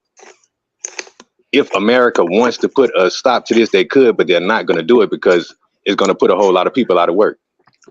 They make too much money off of dysfunction. So the only thing America is going to do is they're going to continue to give the people what they want. Y'all want guns? Okay, y'all can get the guns. Y'all want this? Y'all can get this. What you want drugs? You can have it. But as soon as you mess up, they're just going to lock you up or take you to the hospital or take you to the morgue. So, you know, the people at the hospital can have something to do. The funeral homes can have something to do. The cops can have something to do. The correctional officers can have something to do. It's just, this is normal. And I know that you care, Fantastic. I know that you're a good brother. You went to the military. You know, it doesn't, I'm not all up in your business like that, but I know you're a military guy. I respect that. But these kind of situations are going to happen all the time. I've been to most major cities in the United States, and I just stay away from the dumb shit. Anybody that see me, anybody that know me, they know this dude just coming to do his job and get up out of here. You know, people can feel it. You know what I'm saying? When you're a certain person, they just know this man is about business. But niggas or white people, Hispanics, Asian, whoever you are, and you can seek those people out too, and they know what they're gonna do before they do it. You see what I'm saying? So it's really like, if you look at it, it's kind of like an experiment that they're doing, but they really don't care, because if they wanted to put a stop to it, if they wanted this country to be great like they say they want it to be, they could do it with the snap of a finger. But since the people, this is what y'all want, this is what you're gonna get. It's simple as that. Okay, cool. Let me read these super chats real quick, and then it's on Omni. He literally had a financial literacy commercial that played during the concert, sponsored by Cash App. Cash App and financial literacy, bro. You shoot me the link. I don't know. Yeah, he did have a commercial up there. Okay, you're gonna have to So see. did, hold on. So did Meg the damn Stallion. She did a damn a commercial about cryptocurrency. But you niggas ain't rich yet off of that because of Meg. Now are you? Oh man, shout out to my man the back of the classroom, brother. I greatly appreciate you for the 10.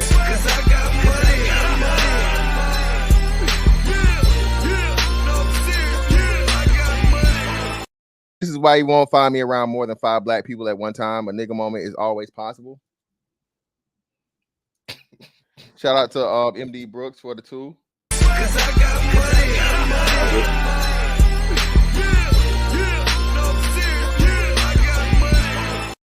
Russell Westbrook was on stage too. Yeah, Russell Westbrook, oh fucking platypus looking ass.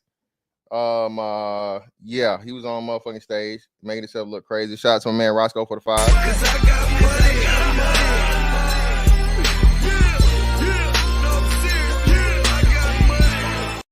Kendrick Lamar is a lower quality Eminem. Hey man, hey, don't shoot this guy. With worst storytelling. I'm just reading it. I didn't say this. Yo. He's for the culture, but most of his audience is of liberal whites. It was a lot of white people in that audience. That's all I'm gonna say. This nigga named Roscoe. That's about the most nigga name you can have. Shout out to my man Dario in the motherfucking building, man. Always coming through, man, with the 50 ball. That's $25,000 alpaca. You block that shit. Right. You don't rubble. Put the club soda on there.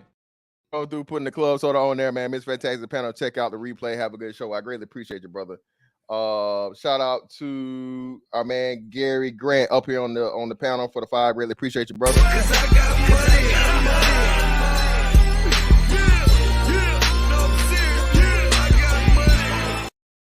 More of our people have died from the culture than in slavery. Why can every other culture can speak without putting someone in the ground? Great point, Gary. Shout out to my man Two Toe W41. Appreciate your brother for the 50 ball. That's $25,000 alpaca. You block that shit. You don't rubble. Put the club soda on there. Put more club soda on it, man. I greatly appreciate your brother. Factsman is fantastic. We glorify BS, and if you're not, you're a lame. I'm telling you, man, we just got to get to a point of where, you know what I'm saying, we get a whole lot better in that understanding before we, give credence to the other shit. Shout out to my man Urban Reed for the 2.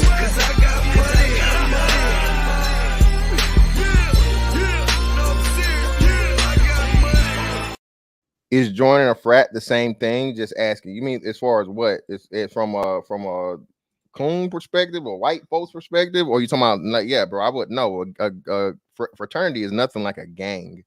A fraternity literally operates off of community service and education and all these different things. I'm not glorifying it. I don't agree with doing it. I don't agree with niggas submitting themselves to Greek rituals that have ties to alternative lifestyle activities. You know what I'm saying? I don't agree with that, but to the brothers that do it, hey, they do it. But they're nowhere near the level of a gang member. I wouldn't do that. But shout out to him, man. Omni, etc., man. Appreciate you for your patience, brother. Go right ahead. Absolutely. Listen, I think this is what I think, right? With all the tumultuous situations between, different gangs, different sets, different factions, I think what I saw this past week was beautiful. They came together, they unified under the banner of this Canadian nigga was disrespecting the hell out of where we live as a whole. So we had to come together as one, ensure that everybody made it to the venue safe, was in the venue safe, and made it home safe. I did not hear one story of somebody getting shot, robbed, deleted, none of that on Juneteenth. So I think that in and of itself should be celebrated. We could talk about whether or not whether or not Kendrick was glorifying gang culture or what have you. I think I just saw a man stand up for the area in which he lives.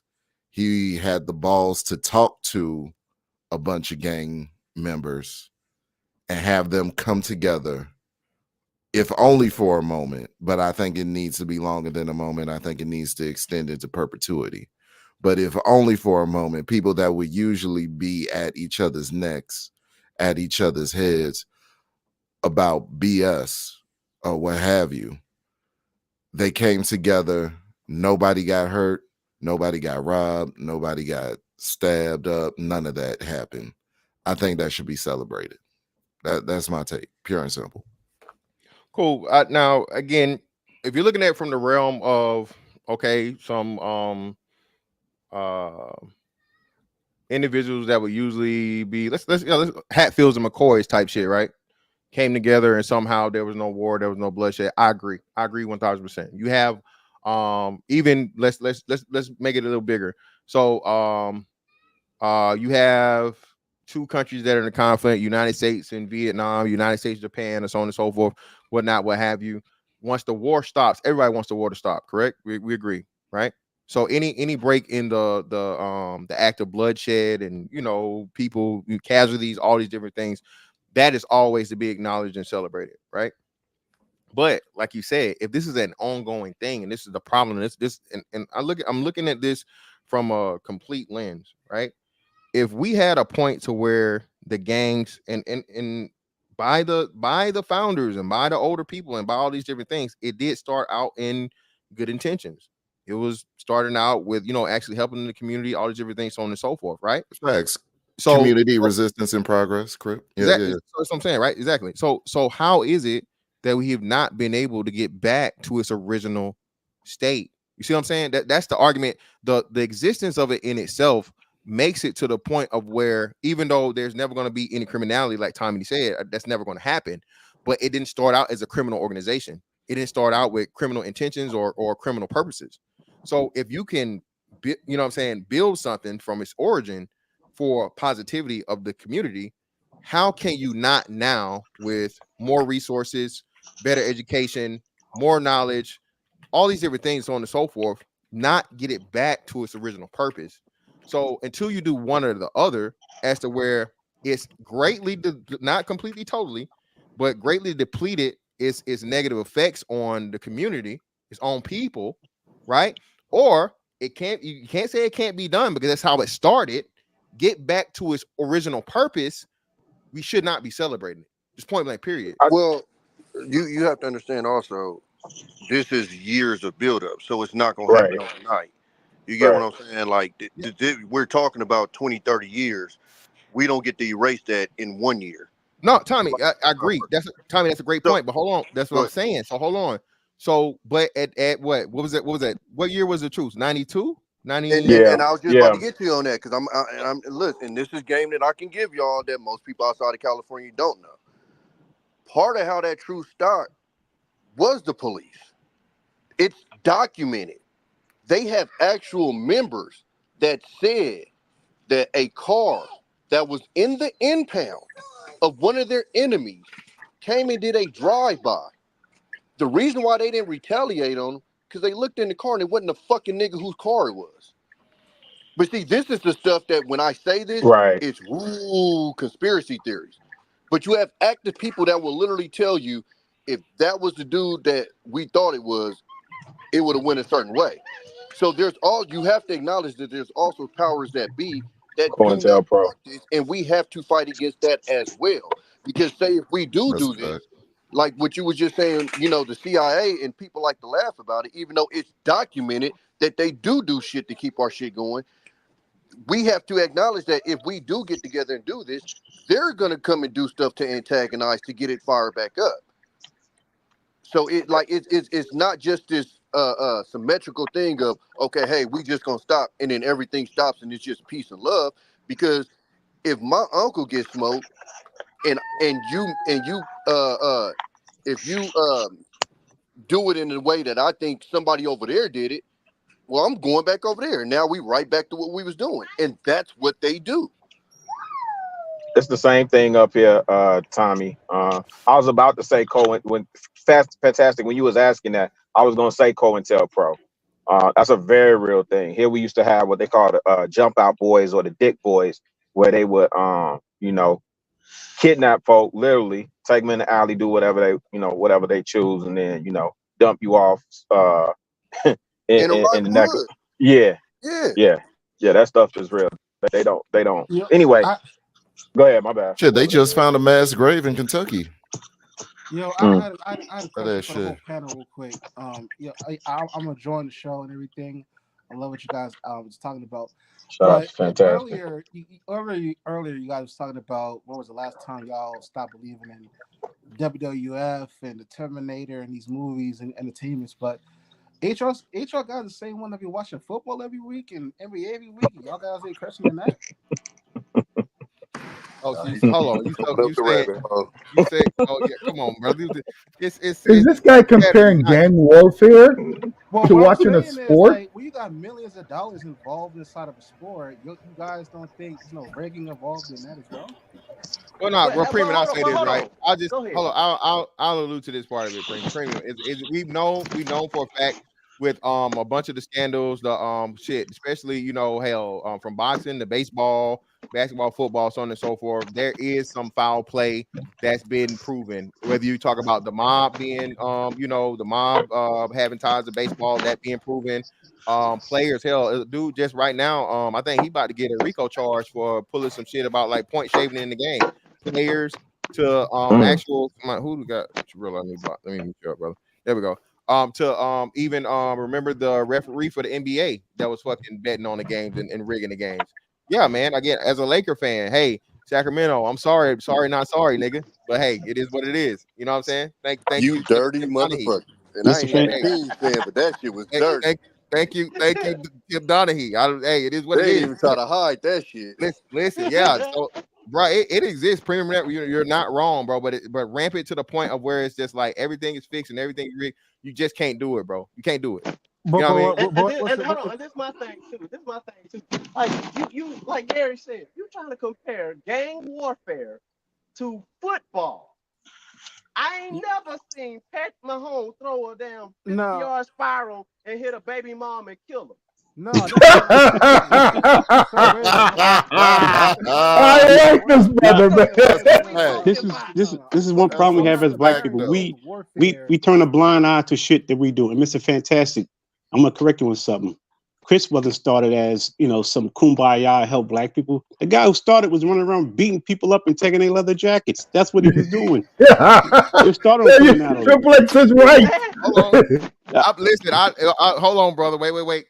So Triple X, are you from the California area, brother? I got family in LA. I got family that they are gangster Chris. But all right, so I'm gonna listen. I'm gonna say it right now. I'm gonna let you California, LA niggas hang. I can't dispute nothing. I don't know what's going on. So I got two different LA niggas saying two different things.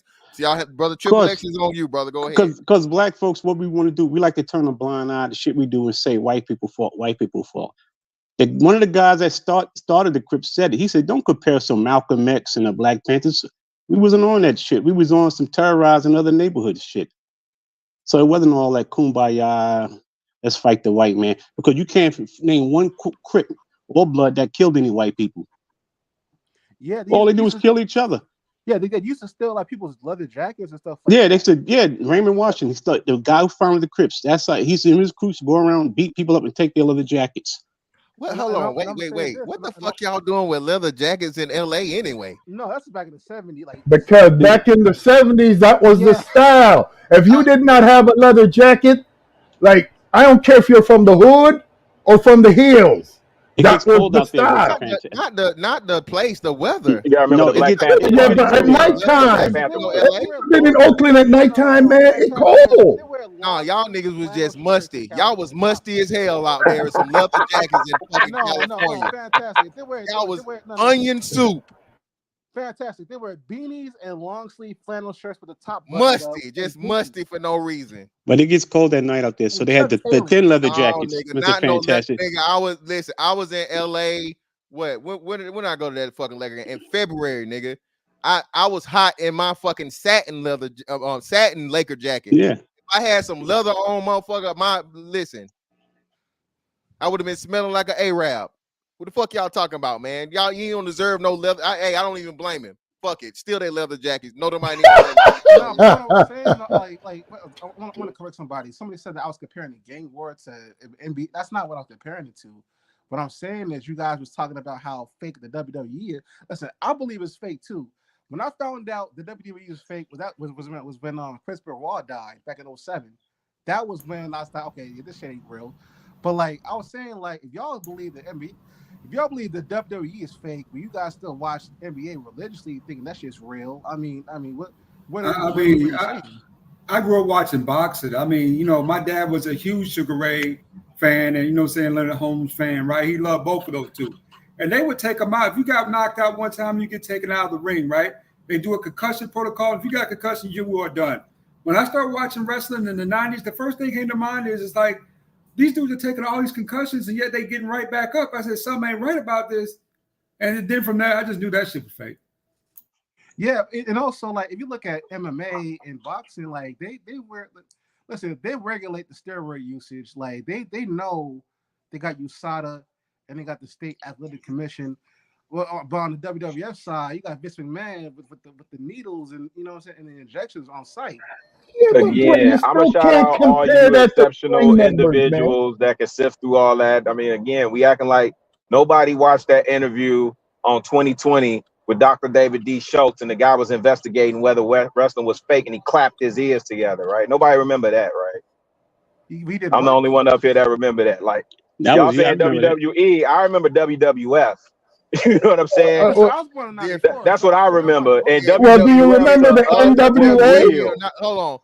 Willa, do you remember the NWA? Listen, yes. All you know is WWE, we not the same. You are not qualified. Right. I was born in 94, so I grew up on the Rock and Stone Cold. WWE by then. I remember right. I'm talking about Iron Sheik, Nikita Koloff. I wasn't knocking you. I'm just saying, hey, it's a certain age where shit changed for us. And by the time you got to that age, it had already changed. Yeah, right. Like I said, I grew up in a LimeWire DVD, Spec DVD era. That was more my era because I was 14, 15 years old. Yeah. So it's different conversations. But fantastic. I'll say this. I agree with you on this, brother. If you saying, hey man, if y'all celebrating, that's the end all be all to the conversation, then y'all out of pocket. I agree 1000%. I know that there's still plenty more work to do. I would challenge anybody to research a lot of the work that Kendrick has already done in just Compton alone. Absolutely. Just in Compton, right? So that's why that line when Drake talk about don't plant no money trees in your own hood, that was wild to me. Like it's documented what bro had been doing. But you know I what? agree with you on that part, Let me right? ask you We something. should not hold on. Let me just land it right here, brother Gary. Sorry. All I'm saying is like I agree with you in the sense of we should not be overly celebrating, right? Because it is get back to it. We got a lot of work to do in the community. You know, I'm boots on the ground. I sincerely appreciate when you had King Randall up there, right? So that part I do agree with you. The critiques, I think it's fair. I think you guys are entitled to them. I just don't agree with them in full. That's all. I'm going on mute. You don't have listen, and listen, man. Hey, shout out to Tommy, shout out to Rilla, shout out to Omni. I told y'all, bro. Listen, this is not an echo chamber. I respect all you brothers. You've never been anything other than respectful, and we can respectfully disagree. Ain't nobody threatening to pull it up on nobody. And what? And again, I give a lot of grace, respect, and you know what I'm saying, credence to Tommy's born there. So I'm not finna refute none he fucking say. That's home. You know what I'm saying? So and like I said, his actual firsthand experience gives more layers and more depth to the conversation, no matter the side that you're on.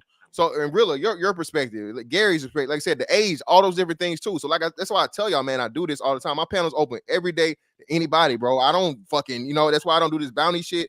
None of that. No disrespect to the niggas that do. I'm just saying, I'm here for the convo, man. And like I said, Respect to you, bro. You know what I'm saying? Ultimately, I'm saying, ultimately, even in the disagreement, a lot can be learned. I learned a whole bunch of shit. I had no, and like I said, I am gonna go look and see into Kendrick's his community service, all these different things, his initiatives. Cool, fine. Might even help some of them out. Cool, but the reason we're here today again is the broader thing for those that are not in the know. You know what I'm saying? Is hey, gang niggas. Well, I got a question for the panel real quick. Listen, I don't really listen to both Kendrick or Drake like that. Definitely, I don't listen to Drake at all. But like Kendrick, I listen a little bit. Now, what if like Drake was to make a hit song tomorrow that like tops everything on the market? I mean, how would LA? I mean, I know LA's gonna ride out with Kendrick, regardless. But on the nationwide level, would that like tip the scales a little bit in the whole beef, or is it like, at this point where it's already No, because listen, and this is what I'm trying to get people to understand. That moment was specific for LA. If it helps anywhere else, cool. I'm talking about not even the Bay, not San Diego. That was specific to LA. They have issues in LA that I give credit. This is one thing I give credit to this younger generation, because everybody like to shit on younger generation. I've seen more efforts by this younger generation to get this bullshit stopped than I saw in my generation. See, what a lot of people don't understand is Kendrick financially would benefit from pushing the bullshit. This goes against, financially what would benefit him. If he could, because trust me, he tapped in enough to push that Pyru flag if he wanted to. You get what I'm saying? So he's literally going against, you can say, his best interest financially by pushing what he's pushing. That's why when people put up the numbers and they show Drake numbers, well, that's why the numbers is like that, because what he's pushing is an actual message, and a lot of that message is missed by the masses. But the people that are supposed to get it, they are getting it, and I'm telling you that from like a person that's around this motherfucker. Like it's people that's tapping in from the prisons and stuff, shot callers like OGs that's tapping in, and it's a lot of shit that's getting moved around here. So I think also, fantastic, I have to say this too, is I think that's also a little bit of like putting the message inside the candy. Like it's hard to come up to them in like suits and stuff and, hey, you guys need to, like, sometimes you got to put the message in the candy. So with them up there displaying, like, it's kind of like, okay, you represent your neighborhood, but there's also a message in this. So it's kind of like putting that message in the candy as well. I definitely agree with you on that. Putting the candy in the medicine. I'm tripping. No, I agree with you, and I told you like that. Listen, I understand that, and that's why I say there's never going to be a monolith of one type of black man. Okay, I'm not for, you know what I'm saying, getting rid of any and everybody. I believe that some people can be redeemed. I just, certain things I can't. If you're a you know what I'm saying, a stone cold just murderer killer for nothing over a street corner name or a flag or whatever, I just don't find you as being redeemable. Same thing as a person that you has any type of sexual, you know what I mean, crimes against women or children. I don't feel like you're redeemable. Anything outside of that, hey, I'm with it. And even to the point, let me be more clear on the murder thing. Hey, if it's a shootout, they shooting at you, you shooting at them, somebody get whatever, hey, cool, fine. But again, that's you for trying to protect your life. You kill somebody, cool. But just off the strength of, like, you know, drive-by shit, and now a random person get hit, you're not redeemable. You're not redeemable. Because even if you're going to be... Hey, fantastic. Did the brother, the other half of his question was something about Drake coming out with a hit? Does that erase what happened? Yeah, I don't even want to get into the music. Yeah. But I purposely I stay respect that. away from the Drake, Kendrick beef shit, so on and so forth. For the most part, I'm not trying to get into the whole music shit because that's all opinionated, bro. No. This not. Well, I think it sheds like just a little bit to help him out though, and anybody else, right? Not opinion like good or bad, right? I'm just saying right now the brother would be hard pressed to find somebody to put out a record with him. Right, like I looked this up. Right, Drake got 13 #1 hit singles. He got like 78 singles on the chart. Right, 78 songs on the chart. 13 of those are #1s. Right, of the 13, only 5 are solo. Like I think Kendrick got 4. Only 1 of his or 2 of his, I think, are solo. Right, so he like the whole. It's gonna be a challenge for him, is what I'm saying. For him to be able to find somebody to collab with that'll give him a hit or #1. So I think it's a take the summer off. Hold on. Really, Are you talking about Drake? Yes. Come on, man. Like, okay, come on. I gotta do the wait, Drake. hold on. Bro. Hold on. I let you go. Hold on. I let you go because I hear y'all put down Toronto and stuff. Fantastic. I'm not. I don't have a problem with Drake. I'm saying strictly from a marketing. Drake. Hold on. Let me finish. Marketing. Let me tell you something. From a marketing strategically, did you see the moves the brother made? He put a song out with Sexy Red right after the man called you out in the battle. That song tanked. Then he does a cover song, right? That tanked. All I'm saying is the bro needs to sit down for a second. I'm not saying he can't conjure up a hit, but it wouldn't even be received right now other than among his core base. Brothers, please, man. Hold on. Let's get real. You're right. You was right, fantastic. My bad. When you tax me next time on the super chat. Gary, we gotta get back to Lord ADS. Hold on, Premium. Gary, give us your piece, man, and then we'll go to Lord ADS. And then... I just hear funny stuff. The #1 artist, other than Taylor Swift, you're saying can't come up with something? Are you crazy? Just because the niggas in the hood are not paying attention to Drake. Drake is worldwide. Do you understand that? Nobody screams more than Drake. These guys have a moment. Like they win a battle. This guy wins the war. Yeah, you didn't hear what I said, Mr. Gary. You didn't hear what I said. I heard you that if Buddy asked a question that if he comes out with a hit, everything would be done.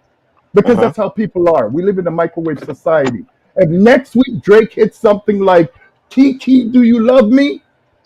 They'll forget about Kendrick, whatever, Not Like Us tomorrow. That's just where we're at. Understand? And also, let me touch on the subject of the celebration with these gang things. All gang things is bullshit. All of it. None of it works. There will never be peace when you have gangs. I watched this shit happen in the 70s. We signed peace, man. We're going to stop this. Happened in the 80s. We're going to sign peace, stop this. You know what happens? Next week it starts back again. It's like a high bar that you go a weekend without shooting somebody. That's what it's reached to. Isn't that madness? It is, man. Nobody got killed. Like I remember when Ice Cube did Today Was a Good Day. That he didn't have to bury a homie. It's like that that was back in the 90s. That's 30 years ago. Do you think they'll never change? Never. And then putting up gang members and talking to all these criminals, want to make them regular people. That's why we have these problems. Understand? We got to lock up criminals, man. We got to stop, as a black community, we have to stop keeping the shit around us and make an excuse. Well, he grew up with a single mother. Well, he grew up blah, blah, blah, blah. Hey, we all went through rough times. So why can Fantastic, who grew up with a single mother, be a upstanding citizen?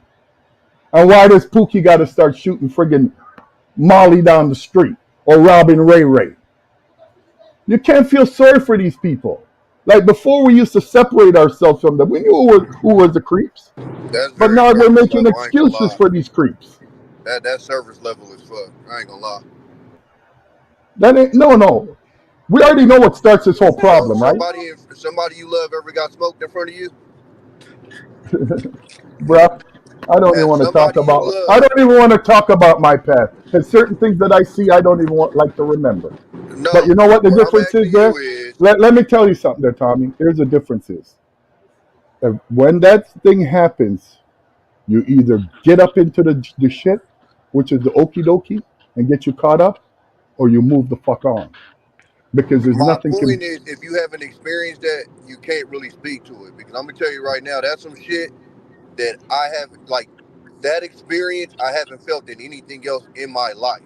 The Tommy, I furthest seen I somebody go get from that, shot in the head right beside me. Is that enough of an experience? say that again. I've seen somebody shot in the head beside me. Is that enough of an I didn't say experience? somebody. I said somebody you love. I don't get. What does it matter? Have you had marrow ever splash on you? I have. Are we really gonna say that don't matter? It don't matter because Okay. okay. Let me make you know why it doesn't matter. Because no matter what you do, that person can't come back. So why would you put yourself down? But you're speaking that at 50. What'd you say? You 58, 59? 59, yes. Okay, I'm 14. My partner head get his motherfucking head blew off in front of me, and I know who the fuck did it. I'm not 59, thinking rationally. I'm 14, and I got access to go get something to get some get back. Well, That's real you see, stories. I understand what you're saying, young man. But what I'm trying to say, we learned. I come from a single mother thing because when we left Jamaica, my old man didn't come with us. We know one thing: if you do this, there's a punishment for what you do.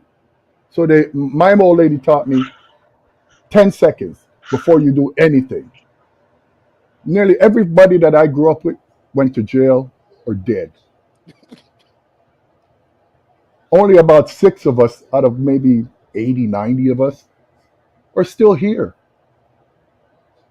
So nobody can tell me about this gang stuff and what you're going to do for get back and all that kind of crap.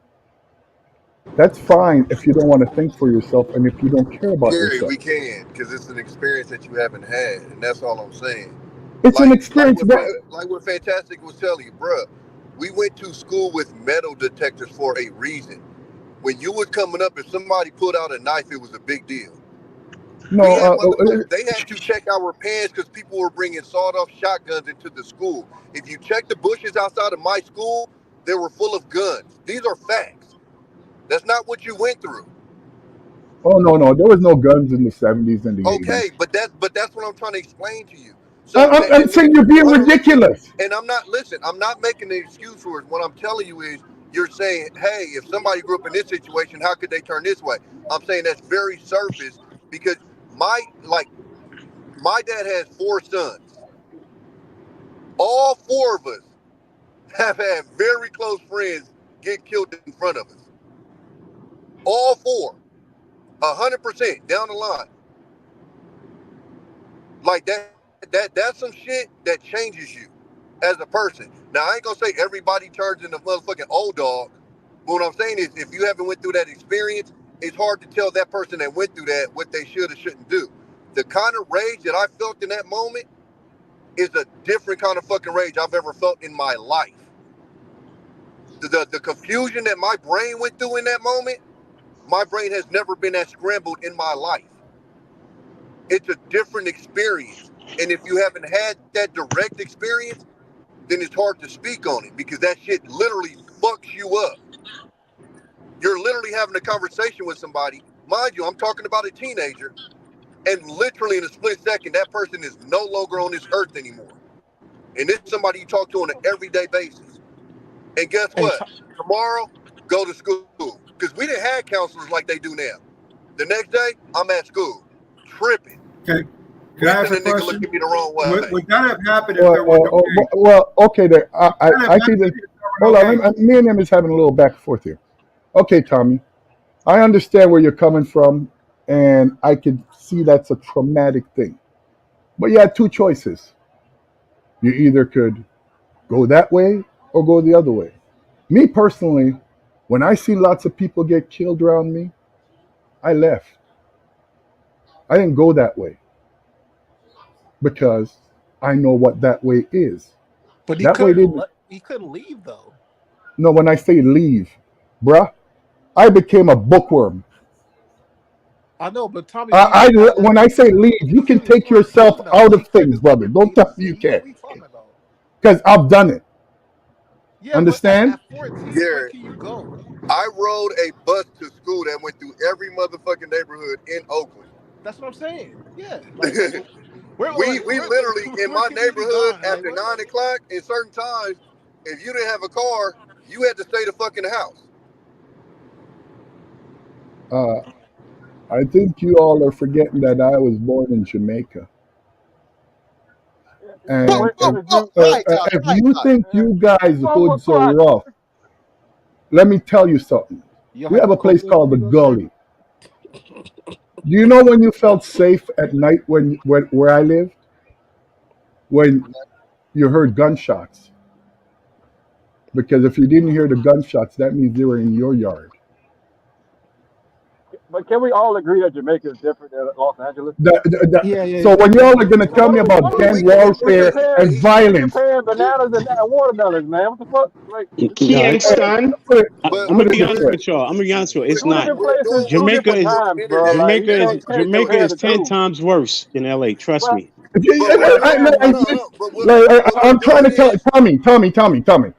I heard your story about your friend getting shot. I knew a little 12-year-old boy. His name was Keith. He decided him and his friends were going to go stealing. They went and stole from a bad man. He came to his front door and they strainered him. Do you know what a strainer is? nah. Like a colander? He got hit 87 times. He stole something worth $5. He got shot or stabbed 75 times. 87. His mother couldn't recognize his face. Did you say shot That's or thing stabbed? shot. That's why they call it strainer. Understand? We have people in Jamaica, we call them dog hearts. Those are people that come and kill people, and then they have a night before the funeral, Did he steal like which is where you uranium or drink something? and What the fuck? eat. Understand? stole And fucking they come to the uranium. party. So when people talk about violence, I've seen too much of that. I don't even talk about that stuff. I put it behind me. Understand? So I understand the gang stuff in foreign, as they say, but what gang stuff in third world countries, you can't even compare. Understand? Yeah, if you go Just to real like quick, just real quick. And then we got to get Lord ADS in here. We'll move it around. Listen, bro. Shout out to wherever hood you from or whatever. Gary is bro. Third world countries, dog. There again, bro. Like just look at LA niggas know Mexican, bro. Mexicans hired like literally 12, and y'all had a string. Tommy, when was that? When y'all had a string of kid killers down there? Like, not they weren't really fucking with niggas, but like, bro, Mexican cartels and shit, bro. They use Oh yeah. children and for nothing, bro. So Well, but this is my thing, Gary. Is everything you saying? I get, heard about it. It ain't personal though. It's my thing. If a motherfucker gets shot across the street and I don't really know that nigga like that, it happened. It's traumatic. It ain't personal. It's different when it's a motherfucker that you literally talk to every fucking day on the phone. You literally meet up with every day. You go to school with every day. I can hear about a 12-year-old and say, damn, that's fucked up. I can hear about these, like what Fantastic said. I can hear about, the Mexican.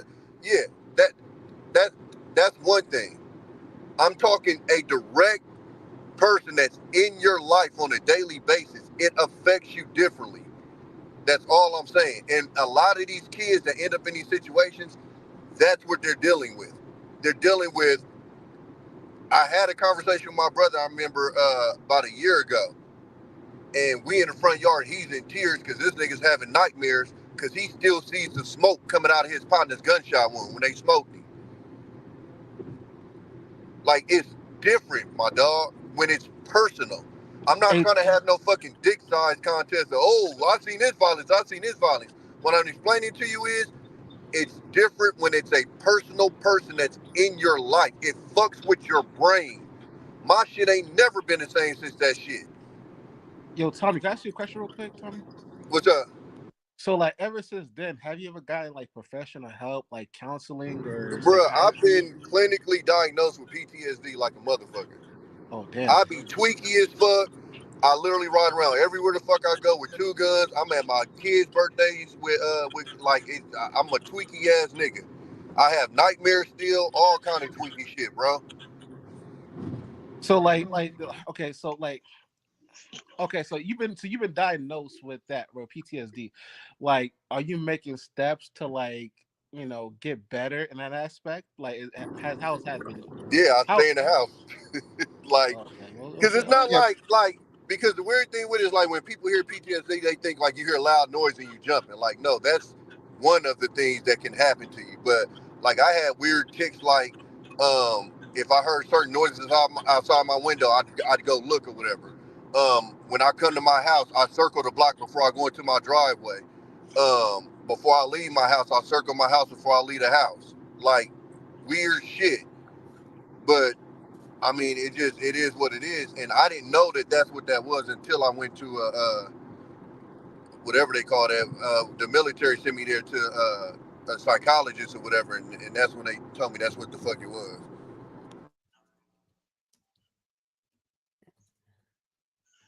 Yeah, let me get Lord ADS, brother. Appreciate your patience. It's on you, and then we'll hop to Bro Truth. Go ahead, Lord ADS. What you got, bro? Just listen to Tommy's story. It's heartbreaking. It really is. It's hard to listen to because it is rough, man. It's really rough to hear that. But none of these gangs existed would that have happened? That's got to be one of the questions you ask yourself. If you didn't have organized crime in cities that were running impoverished neighborhoods, would this have occurred? Back on mute. That's my little drop. Yeah, I basically seen the same thing in New York. And in the 70s, they did have guns. Andrew Jackson High School, different neighborhoods, drug gangs just having war with each other inside the school, shooting it down the hallways. So Hey, y'all old niggas got some stories, man. God. But you know why y'all don't know him? Because we don't talk about it. Yeah, you on the panel talking about it. What the fuck you been? But no, he's saying no. He's saying outside of this, Bro Truth, I've never heard stories and stuff like that or whatever. For the most part, it's just not common knowledge because they don't. You know what I'm saying? They don't. They didn't. You know what I'm saying? They don't really talk about. Wait, y'all don't let Fantastic get away with that. Fantastic, you an old nigga too. No, if you No, the hell I ain't. No, he's not. He's not old. Not old at all. I'm You born in what the 80s? Yeah, 80s baby. Yeah, man, old nigga. Oh God, man, no. Anybody born after? He that for old nigga. I'm saying that's Oh offset. yeah, millennial. Yeah, late millennial. Yeah, for old. That's offset. Hey, I'll be That nigga old. Nigga got gray running around here talking about old niggas. You old niggas. You an old nigga too, old nigga. Yeah. Hey, I tell the young fella something. Ain't nothing wrong with being an old motherfucker. That means you've lived. Hey, Mr. Gary, I earned every bit of these grades I got on my head. You dig? Yeah. I love when I hear that. I seen one of the little idiots in the comments. I love how people say just go get help as if therapy is just like $25 a fucking session. Most motherfucking fuck black people. Most Americans can't afford fucking therapy. Like, what are we talking about? The real therapy, Tommy B. The real therapy. I'm lucky because I got the military, so they got me on that. But most regular Americans can't afford to just go to therapy. Like, what the fuck are we talking? I love when people just say, just go get help. Thing is, though, people That shit act ain't like free. therapy, but people act like therapy is just some magic bullet. All you gotta do is just sit on a chair and talk to somebody about your problems. Nah, man. The thing is, dog, me, as far as like my personal things, dealing with going to war, dealing with all some other shit, everything has to come to you. Yeah, You got to deal with your own shit. You yeah, can't because go somewhere else and expect you to talk about the shit. You got to do the work on your own. That's the only way that you can actually progressively get yourself out of whatever the fuck you think you got. And it's the mindset. The mindset of, oh, I have PTSD. That you gotta throw that shit away. Because God didn't make you with PTSD. God had made you with a sound mind. You know what I mean? This the very thought of I have XYZ will put you So, in your own little fucking bubble. brother, You truth. creating Let me your ask you own this. motherfucking yeah. I don't know if any of y'all know. How long does it take to become a psychologist? supposed to be I don't know. 6 years of It's, college, Okay. and it's not. And So you're telling people that have no schooling to do a job that it takes people 6 years of schooling to do. hmm what does that have to do with my point? Because what you just said was basically that we should just do self therapy. What I'm telling you is No, for hey, people to become that, it what takes I'm them saying six is years of school no. to What I'm accomplish. saying is But regardless of who you go and talk to about working through your problems and all that, it comes back on you. It comes on back on you doing the work and actually working through the shit. Because you can go talk to fucking million people on the couch. You can go talk to 1,000 motherfuckers, bro. But if you're not actively trying to get better and trying to motherfucking do things to put your mind in the right position, meditation, doing cognitive behavioral therapy, and actively trying to make yourself better, ain't shit gonna change. so You okay, have so you let have me. to change. So My whole I thing is don't know if you've ever done a you have to therapy thing. you have to actively change and want to do better. So I don't know if you've done a therapy thing. Let me try to explain this to people if that may have not gone through therapy. It's I not a have. cure. Okay, so then you should understand it. It's not a cure. They give you tools Yeah. to deal with what you're going through. So the tools that I use these days to deal with the bullshit that I go through is something that was taught to me from somebody who went to school for 6 to 7 years. I didn't sit down myself and figure out these tools myself. They were taught to me. I, So I agree with I'm you not. that Hey, if you have these issues, you got to figure it out, because if you can't afford therapy, ain't nobody gonna feel sorry for you. It is what it is. But at the same time, there's a reason why it takes somebody 6 or 7 years to be qualified to deal with said issues.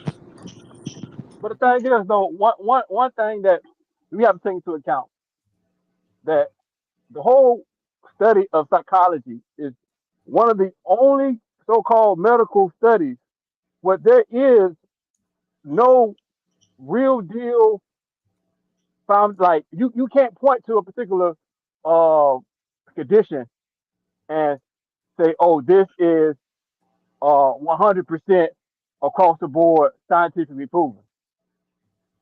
This is the only study medically where the actual foundation of the studies have not been solidified. Where as you break a bone, okay, we know we see a bone broken. You got a cold, okay, we can identify the virus or whatever the fuck. You know, oh, if you so-called bipolar, you got PTSD, blah blah blah blah. You know, these are certain things. These are conditions that they kind of amorphous when it comes to the the diagnosis. So we can't act like the study of psychology is concrete across the board. Because a lot of shit is fucking wishy-washy nonsense. Now, I'm not saying that there isn't any benefit from talking to someone that has to be study the mind and study how it works and all that. It is, because I've been there before. But my whole thing is the majority of the change and the majority of of the benefit is going to be coming from you and doing the work. That's all I'm saying. They provide you those tools, but you have to go home and use them. Well, I say this: if he's not But on drugs, he winning. Because I know a lot of guys who murdered people when they fucked up mentally and got on drugs. If he's not on drugs, that's No, I'm that's definitely that's not on drugs. that's definitely more than half the battle. Salute to you. yeah, big fact. But no, I just want to talk about the whole concert, man. Like, nigga, I don't know. I ain't in LA. I've been out there a few times, but you know, I just have some reservations on the whole idea. Like, a niggas being on the stage for about 10 minutes is gonna have any impact on the real street shit going on. Especially when we talking about the shit you was talking about, Jit seeing a partner or Jit seeing a intergenerational family beef. You got niggas that's beefing from niggas that got killed back in the early 90s. You know what I'm saying? Kids that done seen their uncle get popped. And that beef is still going on to this day. So the shit is so ingrained and the blood is running so deep in the streets, bro. It's gonna take way more than the 10-minute powwow at a pop-up concert for anything to change, bro. I just one thing I just hope that niggas stop doing is deluding themselves into thinking that shit like that, the little surface shit is beneficial. Hell, the Million Man March happened. We had 1 million niggas get together in suits. Ain't shit changed. So, Ain't- what I'll say to you, brother, truth is that's and we kind of mentioned it earlier. That's not the only thing that's going on. That's just the thing that was highlighted. There's been things going on behind the scenes for a while now. That was just kind of like the highlight that everybody saw. But if you kind of tapped in out here, there's been things going on behind the scenes. It's just like now the world sees that, and so of course because people outside of here aren't tapped in their head, this was like the only thing. So it's like this is gonna happen, and everybody just gonna go back to their regular lives. So that's why I kind of hopped up here to kind of let Fantastic know, like, no, this isn't just like a one-off. Like, oh hey, let's throw this concert and then we gonna have world peace. Like, no, there's been talks and conversations, not just with the rappers, but with the actual shot callers and the people that actually make moves and stuff with these gangs to try to get a lot of these situations, like you said, that go back to the 90s to try to get them tied up and they can end a lot of this bullshit. Because one thing that I will disagree with you, Fantastic, I think you mentioned a little bit earlier about like the 40-year-olds seeing this stuff and kind of saluting it. I can tell you right now, as a nigga from Oakland, everybody from my age range is looking at that shit, because where that shooting happened in Oakland, that's usually like a no-go zone. Like ever since I was a kid, Lake Merritt, like we used to have a festival at the lake, all kind of shit, and it was just generally a no-go zone because my mama gonna be up there, your mama gonna be up there, little sisters, yada yada yada. So motherfuckers usually left that the fucking alone. So most of the motherfuckers my age, ain't nobody saluting that shit. Ain't nobody like that's little nigga shit. Everybody looking at that shit. Like I can actually show you a video on the Instagram of one of the niggas that got hit. He on there talking about it like, I hope you niggas go to jail. I don't wish jail on nobody, but like niggas ain't saluting that shit. That shit is definitely looked down upon. Well, no, well, but hold on. that's the Tommy, thing, Tommy. hold So on, bro, check it Truth. out. Bro, Truth, Yeah, just go hold ahead. on real quick. Let me say. So, Tommy, I wasn't saying that these things were necessarily being praised directly, but I'm saying like indirectly. And the fact of the matter, you said the brother that said he hopes somebody to go to jail, but is he gonna snitch, quote unquote? Is he gonna tell? Is he Well, gonna fucking okay, turn the but nigga hold in? on. See, and this is the part that I hate what people do when shit like that happen. Have you ever been in an incident like that? No. Okay, so let me explain to you from somebody who has. You know what I'm not doing? Standing around to see who the fuck shooting. Nigga, I'm running. So the Yeah. reason why half the people can't snitch is because niggas is running. Yeah, but So still, if they Tommy. shooting here, I'm running there, which means my back is to it, which means if I wanted to snitch, half the time I can't, because one, I don't know, and two, I don't want to know, because if I'm close enough to know, I'm probably gonna get hit. But no, Tommy, and I understand that wholeheartedly, but still, that's what I'm saying, right? So somehow, some way, right? Whenever you have these ultimate tragedies of other races, other things, so on and so forth, hell, some of the times they even get apprehended, right? These people get apprehended. I'm not saying run towards the fire. I'm not saying try to fucking bring your fist or anything else to a gunfight. What I'm saying is, out of all the people there, Tommy, somebody seen the nigga. Okay? Oh, Like, fantastic. They gonna get picked up because that's also a common misnomer that Yeah. nobody talks. no, Bro, what? most of the people that get picked, trust me, the police aren't that good. No, Most Tommy, of the time I'm that with people you. get But picked what I'm saying people is getting talking. away from the culture of stop snitching. But No I think, snitching. but that's what I'm telling you. I think, like, publicly, it's this stop snitching thing. But if you like in the know, again, most people that get picked up, it's because of snitching. Oh yeah, of course. Yeah, snitching. Yeah, people telling. Yeah, so it may sound cool to say, "Oh, I'm not snitching," but trust me, they are. Like it's actually happening. So whenever I hear people say this culture of no snitching, I'm like, where's it at? Because they snitch. And actually, I won't even say snitch because if you're a civilian, it's not even fucking snitching. But But they don't Tommy, have to snitch. they, They got cameras everywhere. They're going to catch them through the but cameras. Tommy, they made the one thing I civilians believe that you're not allowed to tell about a criminal. That's snitching. Like, I don't know how black folks got it all screwed up because snitching was snitching on your own. They started hurting Yeah, I mean, civilians. hold on, let me They started hurting civilians. like it's funny. Back in the day, a rival group would snitch on another group. You just don't snitch on your own. But then I don't know. You all changed the rules. Got changed. It's like, so if Fantastic is my boy, and a boy from another thing shoots him, I'm testifying. Yeah, he did it, even though we're in a gang. But now they've made it, even though this rival gang did you something, you can't tell on them. Hey, Gary, only the Mexican gangs, they can tell on blacks, but the blacks can't tell on nobody. They get killed. And like I said earlier, they got cameras everywhere. You don't need to snitch. I'm pretty sure they've seen who did it through the cameras. But I That's just want to go back to my downtown point. Oakland. That's Lake Mary, so I'm pretty sure they got caught on camera. But so somebody gonna talk. But another part of it too, and this is the part of the process that a lot of people don't understand too, is even though you do snitch, it's not a guaranteed conviction. And so then you come with the problem. Like, we had a security guard out here one time, and he got on the stand and did what he was supposed to do. Somehow the trial got fucked up, but he got released. I'm gonna just say that security guard is no longer. So you also run into those type of issues as well. Hey Tommy, would you agree that this particular generation of niggas on the street are unruly? There's really no like For structure sure. like that. And I will add to this, it was our generation that started that shit. So with that being said, that's why I have little doubt that the effectiveness of the you know, the whole parade of niggas on stage. Now I'm not saying that shit undercover or shit that ain't changing on the street. However, I see what happened in what was that? It was that Ecuador when the president basically fucking initiated martial law and locked everybody up.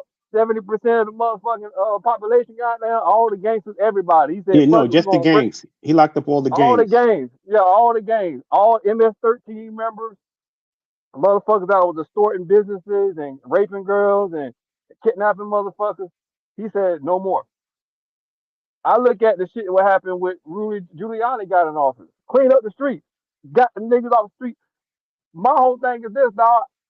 I ain't never seen niggas, especially young niggas, like reckless young ass niggas, bro. You ain't listening to no motherfucking counselors or, especially now, bro, where it's being ingrained in these niggas from a young age, nigga, the motherfucker, you gonna go out here and drill. Nigga, they do this shit for fun, nigga. Niggas will be So doing this true. shit for clout. So That's what I'm saying, why I said earlier, true. what I'm saying is, bro, this shit has to be. It has to be like some motherfucking some damn near draconian uh dictatorship type shit. That's the No, only but way shit change, bro. so that's why I That's said the only way earlier, shit change. they putting the candy in the medicine. So what they're doing is the people that are out there on that stage are people that the young people look to. So that is a way to get to them, because and that's why I said earlier with Miss Fantastic, I'm like, it would be hard for you to say get somebody in a suit and tie and come, try to give these guys a speech and change it. But if you have guys that look like them, that've been through what they went through, and they're on stage telling you, hey, we trying to push this. Even look, then, I give though, Chicago credit. Like I said, this generation, I give a lot more credit than even our generation. You even got the Chicago cats out there. What they doing? They trying to push peace. I don't know if y'all tapped in or man, whatever, but it's a lot of they rappers that came out as drill rappers. A lot of them are that they out there talking about pushing peace. A lot of them are I guess you say similarly doing what Kendrick did on stage. They kind of getting together with quote unquote they ops or motherfuckers that they would never hang around or whatever, and they're trying to push peace. So that's how why I you say I gonna give peace? this generation How credit. you They're gonna? trying to correct some of this shit that You, honestly you our can't generation correct it fucked up. though, But Tommy. how you gonna push peace on a demon? Self-proclaimed Yeah, demon. But You know what what I'm I'm saying? telling you is if the demons if the ones that the demons look up to are trying to push peace, then there's possibly that you can get to them. But the Is what niggas I'm don't look saying. up to shit. We just already. They do That's why look I up asked you to that. it. no, But that's they why I don't, asked. Tommy. But that's why I asked you Tommy, Y'all that got it. first. Y'all But remember, got it. Tommy, but Tommy, no, no, no, no, no, no, this no, stop, today stop. is Right, being Gary, an Gary, old let me nigga. finish. Gary, let me finish this part right quick. But that's why I asked you that first. That was my first question. Do you agree Because that y'all can't make there's a really case that these rappers are making these kids do something and then double back and say these kids aren't looking up to something. Either the rappers are making them do it or they're not. So what I'm telling you is if the people bro? that you're blaming for making them do it are turning a new leaf and pushing something else, then you can't say, oh, well, they're not following them now. Okay, either they're following the rappers Nah, or they're nah. not. Listen, bro. Let me get this out, man. You know what I'm saying? Check it out. They are basically doing what the culture is going to motherfucking is accept. You know what I'm saying? And right now we've gotten to a point where it ain't no motherfucking big homie type shit. It ain't no, you know what I'm saying? A lot of these young niggas out here really just on some motherfucking straight up GTA action. For real. They ain't looking up to the big homie to get the green light or do nothing like that, bro. That shit is old. That shit over with. You know what I mean? So as far as like the young generation, niggas out here that doing the dirt, teenagers from anywhere from goddamn 13 to 26, them niggas ain't really, they ain't got no direction type shit. They out here motherfucking rudderless. I So want to when it's time to do a drill or when they trying to motherfucking make some money, they see a come up, they gonna take that action every fucking time. So there is so I had to basically take the rose tinted glasses off, man. Like, cause on the reality, on the, you know what I'm saying? I ain't never been no goddamn super duper thug street nigga. I just been adjacent to the shit, around shit, but enough to know that on the reality side of things, dog, especially when you talk about niggas that have family beef, the same story that you just told, your partner got blasted in front of you. Nigga, it's hard as hell to say, all right, I'm gonna put the guns down, go to school. Or I go to midnight basketball instead. Like, come but on. I want to speak a couple of things. It was fantastic.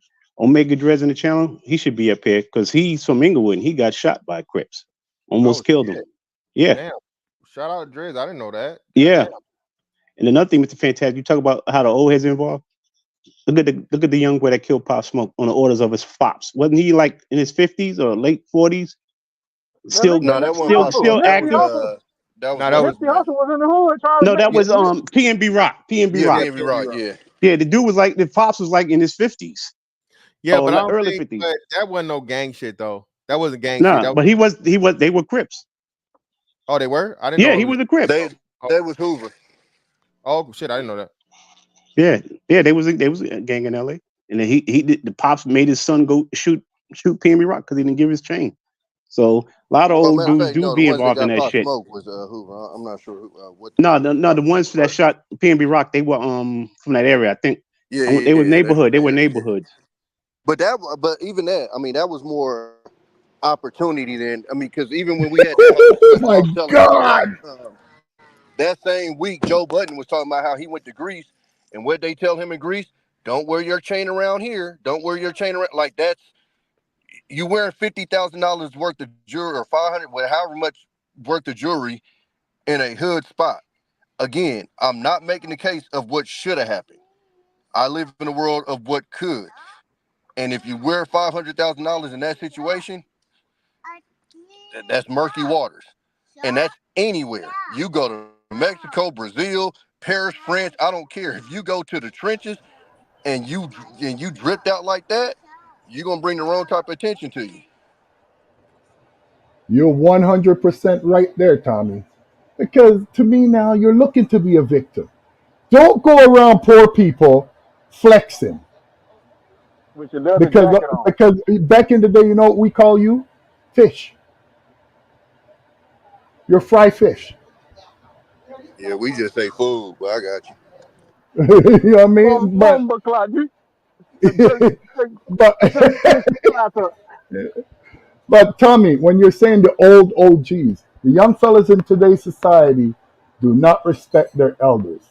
You can't tell a 15-year-old, like you're 35, they're looking at you and say you're old. Like, get out of me, old. Remember, that's a diss now, being old. Only in the black community, though. No, they Yeah, I'm gonna go and fall off, man. I appreciate you having me up, Mr. Fantastic. Yeah, for me sure, too. bro. Y'all Thanks for brothers having me stay up. safe out there, man. Stay focused, stay getting money. Yeah, Yeah, man. that's right. Now, someone to get that out. Fantastic about those two things. And I'll holler at you, brothers. Peace. For sure, man. Peace out, brother. Yeah. Yeah. Listen, man. Go ahead, Tommy.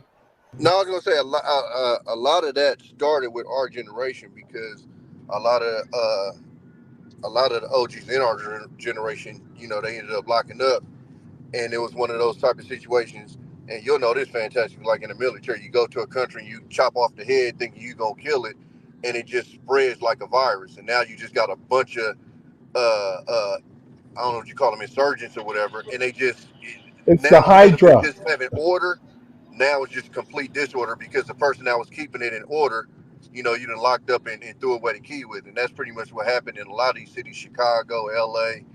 Um, from what I heard from people from them cities, is like when they put the head dude in there was nobody left to run it the way that it was being ran before, and then it went haywire. But also, when we grew up, a lot of our OGs wasn't even respectable. They was dope fiends and shit.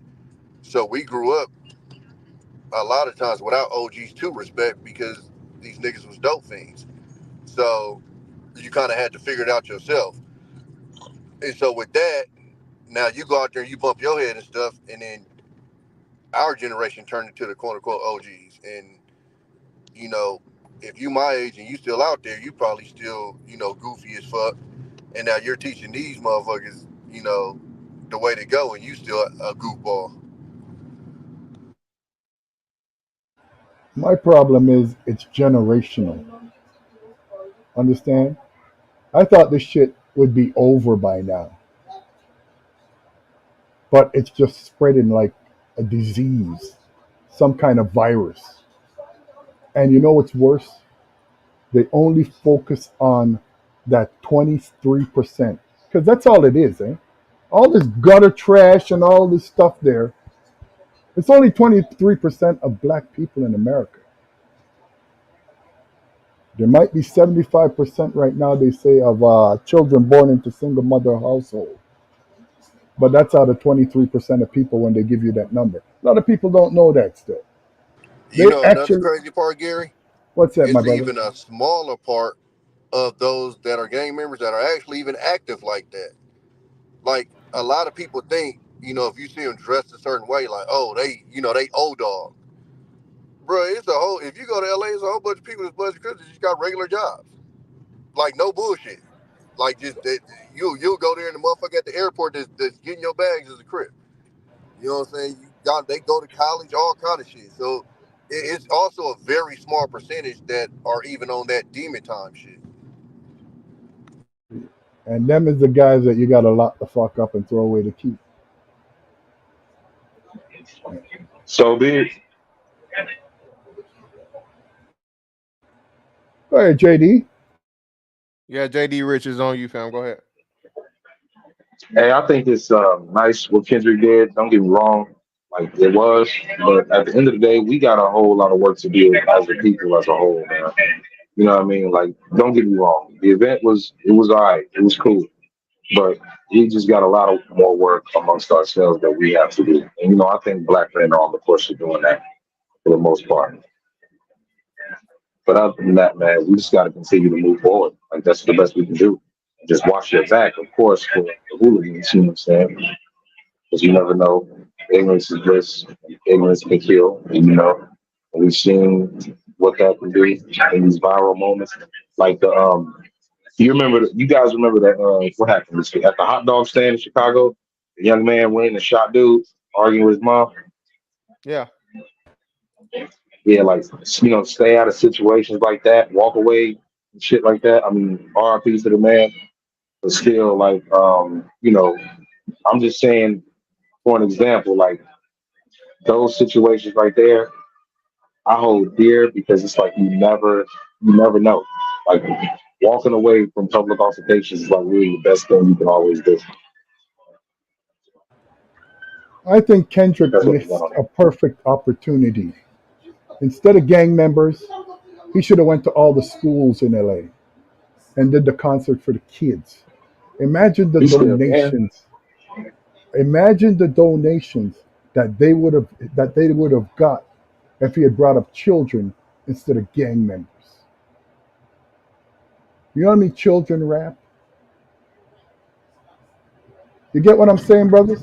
Yeah, Like, I hear what you're saying, but you know I what I mean? think And what I say for the children there, Tommy, because they are the most affected by everything. They're the least protected of everybody. Remember, all these little guys that are in the gang, they were children. Nobody gave a shit about them when they were small. These dudes in the gang, they're already there, man. You know what I mean? You're trying to fix a problem that's there. It's not going away. If you had did that for the kids that are coming up, the 8, the 9, the 10-year-olds, before they get in there, and give them a different opportunity. Because I guarantee you, if he did that concert there, instead of gang members brought up schools and stuff, the donations would have poured in all over the world for the well, schools and the kids. Amazon gave them I forget how many millions for streaming it, but the kids were watching it, and that's I, why I was kind of pushing what I was pushing was like I said, we can't say that the rappers are the ones that are encouraging the kids to go this way, and then when they decide to flip and push a different message, then say, "Oh, the kids aren't going to listen to that." It's either one way or the other. You can't say the no, kids. Tommy, you're missing what I'm saying. No, I'm but not listen to what I'm saying saying. What I'm telling like you is those kids that you're talking about were watching that concert. I understand that they were watching. I'm just talking about the optics. You see, Well, I get that, today's but society. Hold on, let me finish, brother. Today's society, everything is marketing and optics because it's clicks and likes that makes you money. I'm telling you, the world was watching because it was getting streamed on Amazon. Understand? If the world is seeing that you're trying to build up that the next generation that are coming, you can't save none of them gang boys. Them going and shaking peace mean has no effect on anything. But you saying that you want to build up the children, you win. Understand? He had the opportunity to win.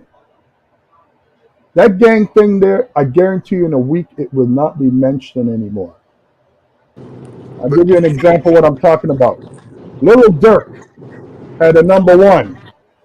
What was the song that he had his only number all one my with? life, That's right. What did he put in yes. there? You said say that again. In the video, what was in the video? It was the kids. All right. Yeah. No, I Because understand it, and that is a strategy, but no, also, that's what you got to do if you but really want to what help I'm the telling you generation. is, even in What? this situation, because I mean, I don't want to put too much information out there, but it's a guy that was on that stage that the last time he was in a situation like that, as far as a concert, someone isn't here because of that interaction. I And so understand. and I so understand what all of I'm that, Tommy. so for him to have that guy and then another guy that was there that he's had problems with, and for them to be able to be on that stage and have no issues and show that unity also sends a message to the kids as well. Because one thing that a lot of people don't understand as well is with this gang shit is a lot of these motherfuckers are your friends. Most of the time when you're coming up, the dudes that end up being your rivals when you actually join the gang is motherfuckers you went to school with. So that's why, like, when you say the thing with the hat thing, fantastic. It's a thing, but it's kind of overblown because they know who their ops are. So, no, listen to me. What they will do, because you can even look on Twitter and they when they tell their experiences, they might pull over and ask you about it. And generally, what they'll say is like, if they saw you, fantastic, they'd be like, "Oh, you ain't from over here, huh? Or you ain't from, or you're not from the city, or something like that." It's not like an on-site situation. Most of the time when it's on-site, it's because they know exactly who the fuck you are Okay. and they Okay. fuck you up. You get what Okay. I'm saying? Yeah. Now, I'm not going to say that you won't get questioned, but what I'm saying is it's not this situation where they just hopping out and it's just hands and feet. It's not that. They make it like it's like that, Hey, but it's not hey, the only that. hat I wore in LA, nigga, was a Lakers hat, nigga. That's the only thing in this Yeah. tape, nigga. Buy a Lakers hat, But goddamn it. also, and I'm gonna be real, fantastic. Most of the places you're gonna have them issues at, you ain't about to be there anyway, nigga. You ain't about to be in Slauson. You know what I'm saying? You're not like, Nigga, I was you're on talking Slauson. about. I was on Slauson. I was on Crenshaw.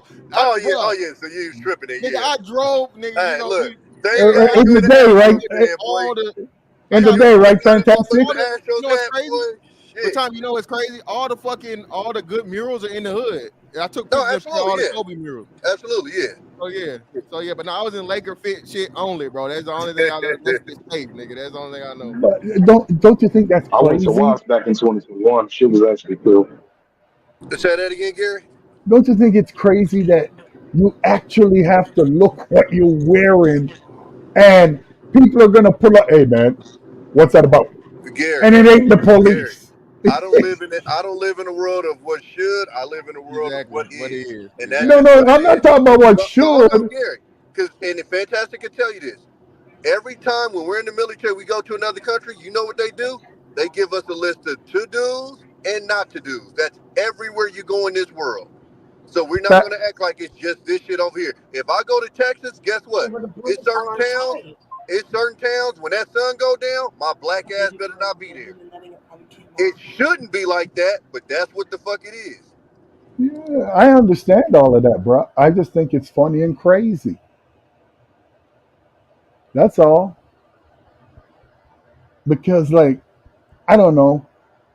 I think if you keep doing the same thing and getting the same results, why would you keep doing the same thing? There's only two things that come out of gangs: death and jail. You very rarely find a rogue scholar, a scientist, a mathematician, an engineer come out of gangs. So to me now, when Homeboy, like I told you, he missed the greatest opportunity in the world. I don't know who is doing the like thinking that bringing gangs.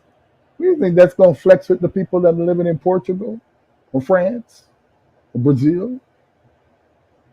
Like you did it so small that people don't care about gangs. Gangs terrorize people wherever country you're from, and that have gangs.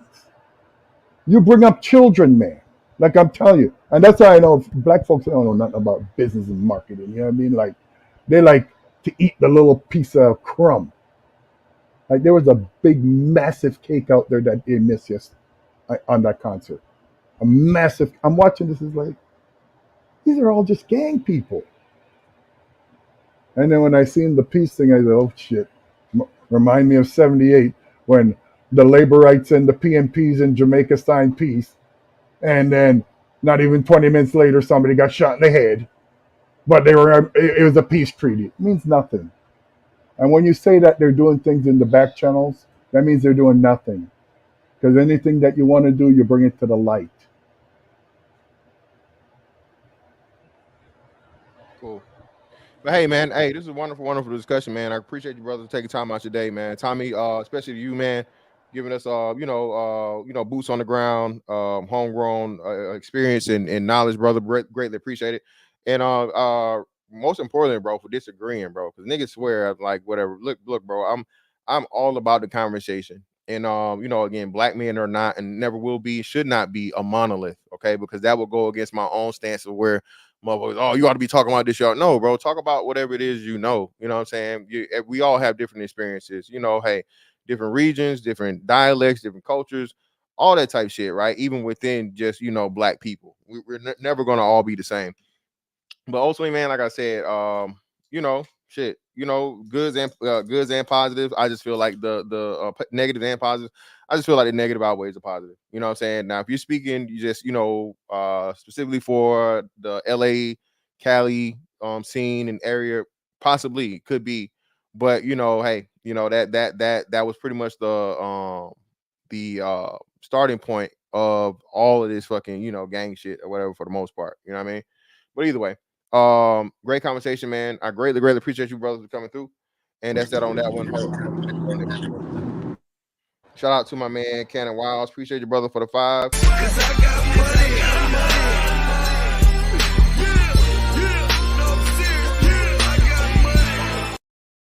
Shout out to Brian and Josh. Salute, fantastic. Shout out to you, brother. And shout out to my man, he knows, man, for the membership. You're too down with the gang. You're one of my members. Hit the like button. Yeah, hit the like button if you haven't already hit it, man. And we are out. Holla.